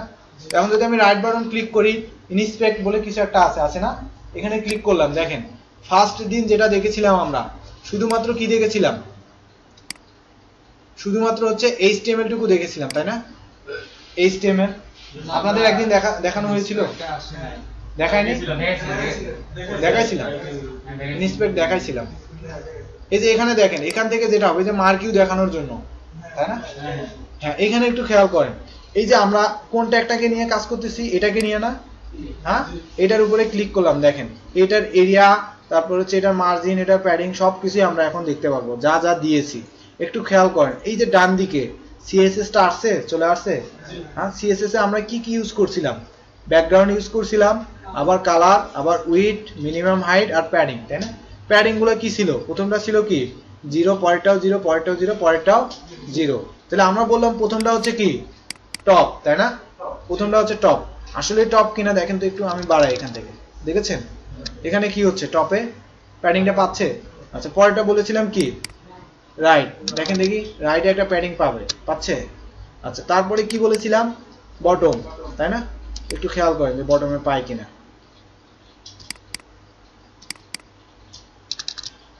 দেখেন পাচ্ছে, পাচ্ছে। তারপরে যদি আমি দিই, এটা কি লেফট না, দেখেন লেফটে পাচ্ছে, লেফটেও পাচ্ছে।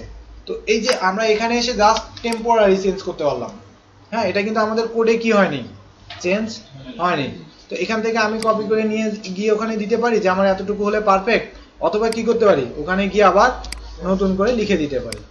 যেমন দেখেন এখানে এসে আমি কি করব, ওই প্যাডিং প্রপার্টিটাকে রেখে দিলাম যে এতটুকু হলে আমার পারফেক্ট। তাহলে চলে আসছে না? এখন দেখেন আউটপুটে এই যে এরকমই থাকবে, দেখেছেন? এখন পাচ্ছে প্যাডিংটা যেভাবে ছিল ওইভাবেই পাচ্ছে, দেখেছেন? বিষয় হচ্ছে যে আপনি প্যাডিং নিয়ে যেভাবে কাজ করলেন ঠিক সেম ভাবে কি করতে হবে, মার্জিন নিয়েও কাজ করতে হবে। তাহলে আমাকে একটু বলেন যে এখন তো আমরা এখানে 4টা দিলাম, যখন 2টা থাকবে, এরকম থাকবে, তখন কি হবে বলেন দেখি? হ্যাঁ, 2টা থাকলে 2টা দিয়েও কিন্তু 4টার কাজই হবে। প্যাডিং প্রপার্টি দিয়ে আমরা 4টার কাজ একসাথেই করব, ঠিক আছে? বাট এখানে 2টা আছে, বাট 2টা দিয়েও 4টার কাজই হবে। তাহলে কিভাবে হবে একটু খেয়াল করেন। একটা হচ্ছে টপ বটম আর একটা হচ্ছে লেফট রাইট। তাহলে কোনটা টপ বটম? প্রথমটা হচ্ছে টপ বটম, আর পরেরটা হচ্ছে কি লেফট রাইট, তাই তো? আচ্ছা, যখন একটা থাকবে তখন চারপাশে, তার মানে চারপাশে এখন কত পাবে বলেন দেখি? এরকম পাবে না, 28px, দেখেছেন?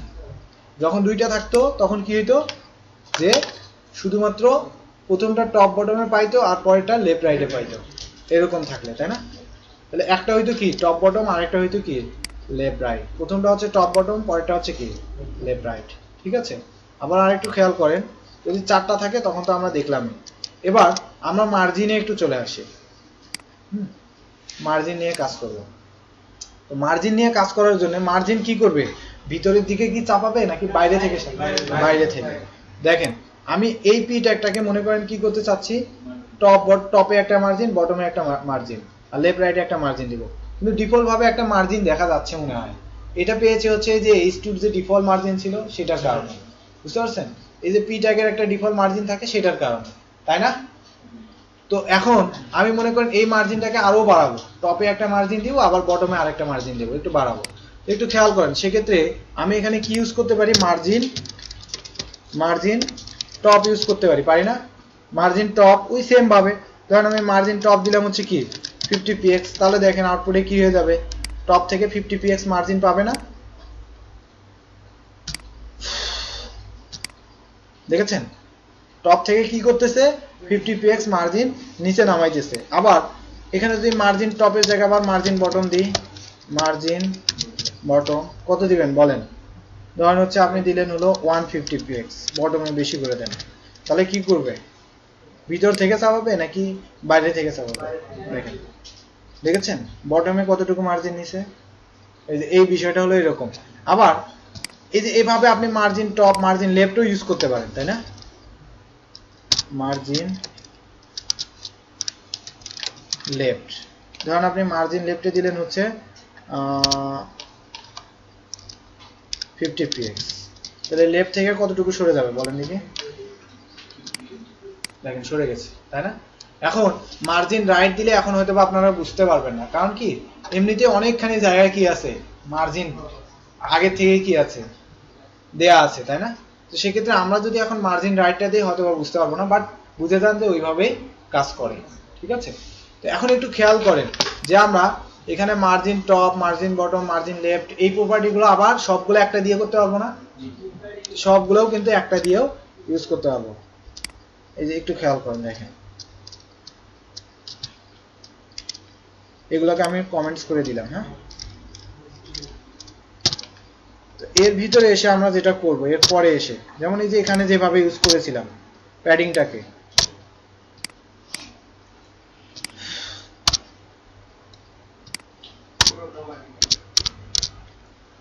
এখানে দেখেন, এখানে এসে কোনটাকে ইউজ করব আমরা এবার, মার্জিন। মার্জিন, তারপর এখানে আমরা কয়টা ভ্যালু দিতে পারি একসাথে, 4টা দিতে পারি, অথবা 2টাও দিতে পারি। দেখেন 2টা দিলে কি হবে, প্রথমটা হচ্ছে কি টপ বটম, আর পরেরটা হচ্ছে কি লেফট রাইট। এখন কিন্তু 0 0 আছে, এখন কিন্তু কিছুই পাবে না, দেখেন, তাই না? এখন এইটাকে আমি একদম মাঝখানে নিতে চাচ্ছি, এটাকে আমি কি করতে চাচ্ছি, একদম মাঝখানে নিতে চাচ্ছি, এই যে এই ডিপটাকে বা এই ক্লাসটাকে, এই পি ট্যাগটাকে, তাই না? মাঝখানে নিতে গেলে আপনাকে যেটা করতে হবে একটু খেয়াল করেন, সেটা হচ্ছে এটা হচ্ছে আমাদের কি টপ বটম, পরেরটা হচ্ছে কি লেফট আর রাইট, তাই না? তো লেফট আর রাইটে আমি অটো লিখে দিব, কি লিখবো, অটো লিখে দিব, অটো। ঠিক আছে, তাহলে লেফট আর রাইটে আমাদের কি হবে, মার্জিনটা অটো হবে। অটো হলে সে লেফট থেকেও যতটুকু সারাবে, রাইট থেকেও ঠিক ততটুকুই সারাবে। তখন কি তার বাধ্য হয়ে মাঝখানে যাওয়া ছাড়াও কোনো উপায় আছে? নাই, তখন সে মাঝখানে চলে আসতেছে। এখন যদি টপ বটমে আবার আপনি দেন, কিছু দিয়ে দিতে পারেন, ধরেন আমি এখানে দিয়ে দিলাম হচ্ছে 100 px করে। হ্যাঁ, টপ বটম কত দিয়ে দিলাম, 100 px। এবার যদি রান করি একটু খেয়াল করেন, টপে 100 আবার বটমে 100 px মার্জিন পেয়ে যাচ্ছে। তো আপনারা ক্লিয়ার তো বিষয়গুলা? সিএসএস দিয়ে আপনারা এখন মার্জিন, প্যাডিং, উইডথ, হাইট, তারপর হচ্ছে ব্যাকগ্রাউন্ড কালার, আর শুধু ব্যাকগ্রাউন্ড প্রপার্টি দিয়েও কালার দিতে পারেন, টেক্সটের কালার দিতে পারেন, এইগুলা কিন্তু আপনারা এখন পারতেছেন। আবার আমরা এইটার জন্য কি করছি, এক্সটার্নাল সিএসএস ইউজ করছি, এটার জন্য কি করছি ইন্টারনাল, আর এগুলোর জন্য এটার জন্য করছি কি ইনলাইন। আমরা সবগুলাই কিসে করব, এক্সটার্নালে করব পরবর্তীতে, বাট আমরা জেনে রাখলাম যে হচ্ছে ইন্টারনালেও করা যায়। এই পিসিটা কার, এই যে ওইদিকে কিছু একটা স্ক্রল হচ্ছে, মানে কেউ কিছু একটা দেখতেছে। ঠিক আছে, তো একটু খেয়াল করেন। তো এইসব বাদ, ক্লাসে আসেন, ক্লাস করেন। হ্যাঁ, গ্লাসে দেখা যাচ্ছে, ফাঁকি দেওয়ার কোনো সুযোগ নাই। ঠিক আছে, আচ্ছা একটু দেখেন, এখানে খেয়াল করেন, সেটা হচ্ছে যে আমরা কি করলাম, পি দিয়ে পি ট্যাগের মার্জিন দিলাম, প্যাডিং দিলাম, ব্যাকগ্রাউন্ড কালার দিলাম, টেক্সটের কালার দিলাম, সবকিছুই দেখলাম না? তো নেক্সট ক্লাস থেকে সিএসএস দিয়ে আরো অনেক সুন্দর সুন্দর ডিজাইনের কাজ আমরা করব। ঠিক আছে, একটা মেনু বার করব, কিভাবে ব্যাকগ্রাউন্ড ইমেজ দেওয়া যায় বডিতে। আমরা তো এখন পর্যন্ত শুধু ব্যাকগ্রাউন্ড কালার দেওয়া দেখলাম, তাই না? ব্যাকগ্রাউন্ড ইমেজ কিভাবে দেওয়া যাবে, অন্য কিছু কিভাবে করা যাবে, সবকিছু আমরা পরবর্তীতে দেখে নেব। ঠিক আছে, তো আজকে এই পর্যন্তই থাক। আপনারা বাসায় গিয়ে খুব ভালোভাবে এটা প্র্যাকটিস করেন, দেখেন, কাজ করেন, কেমন?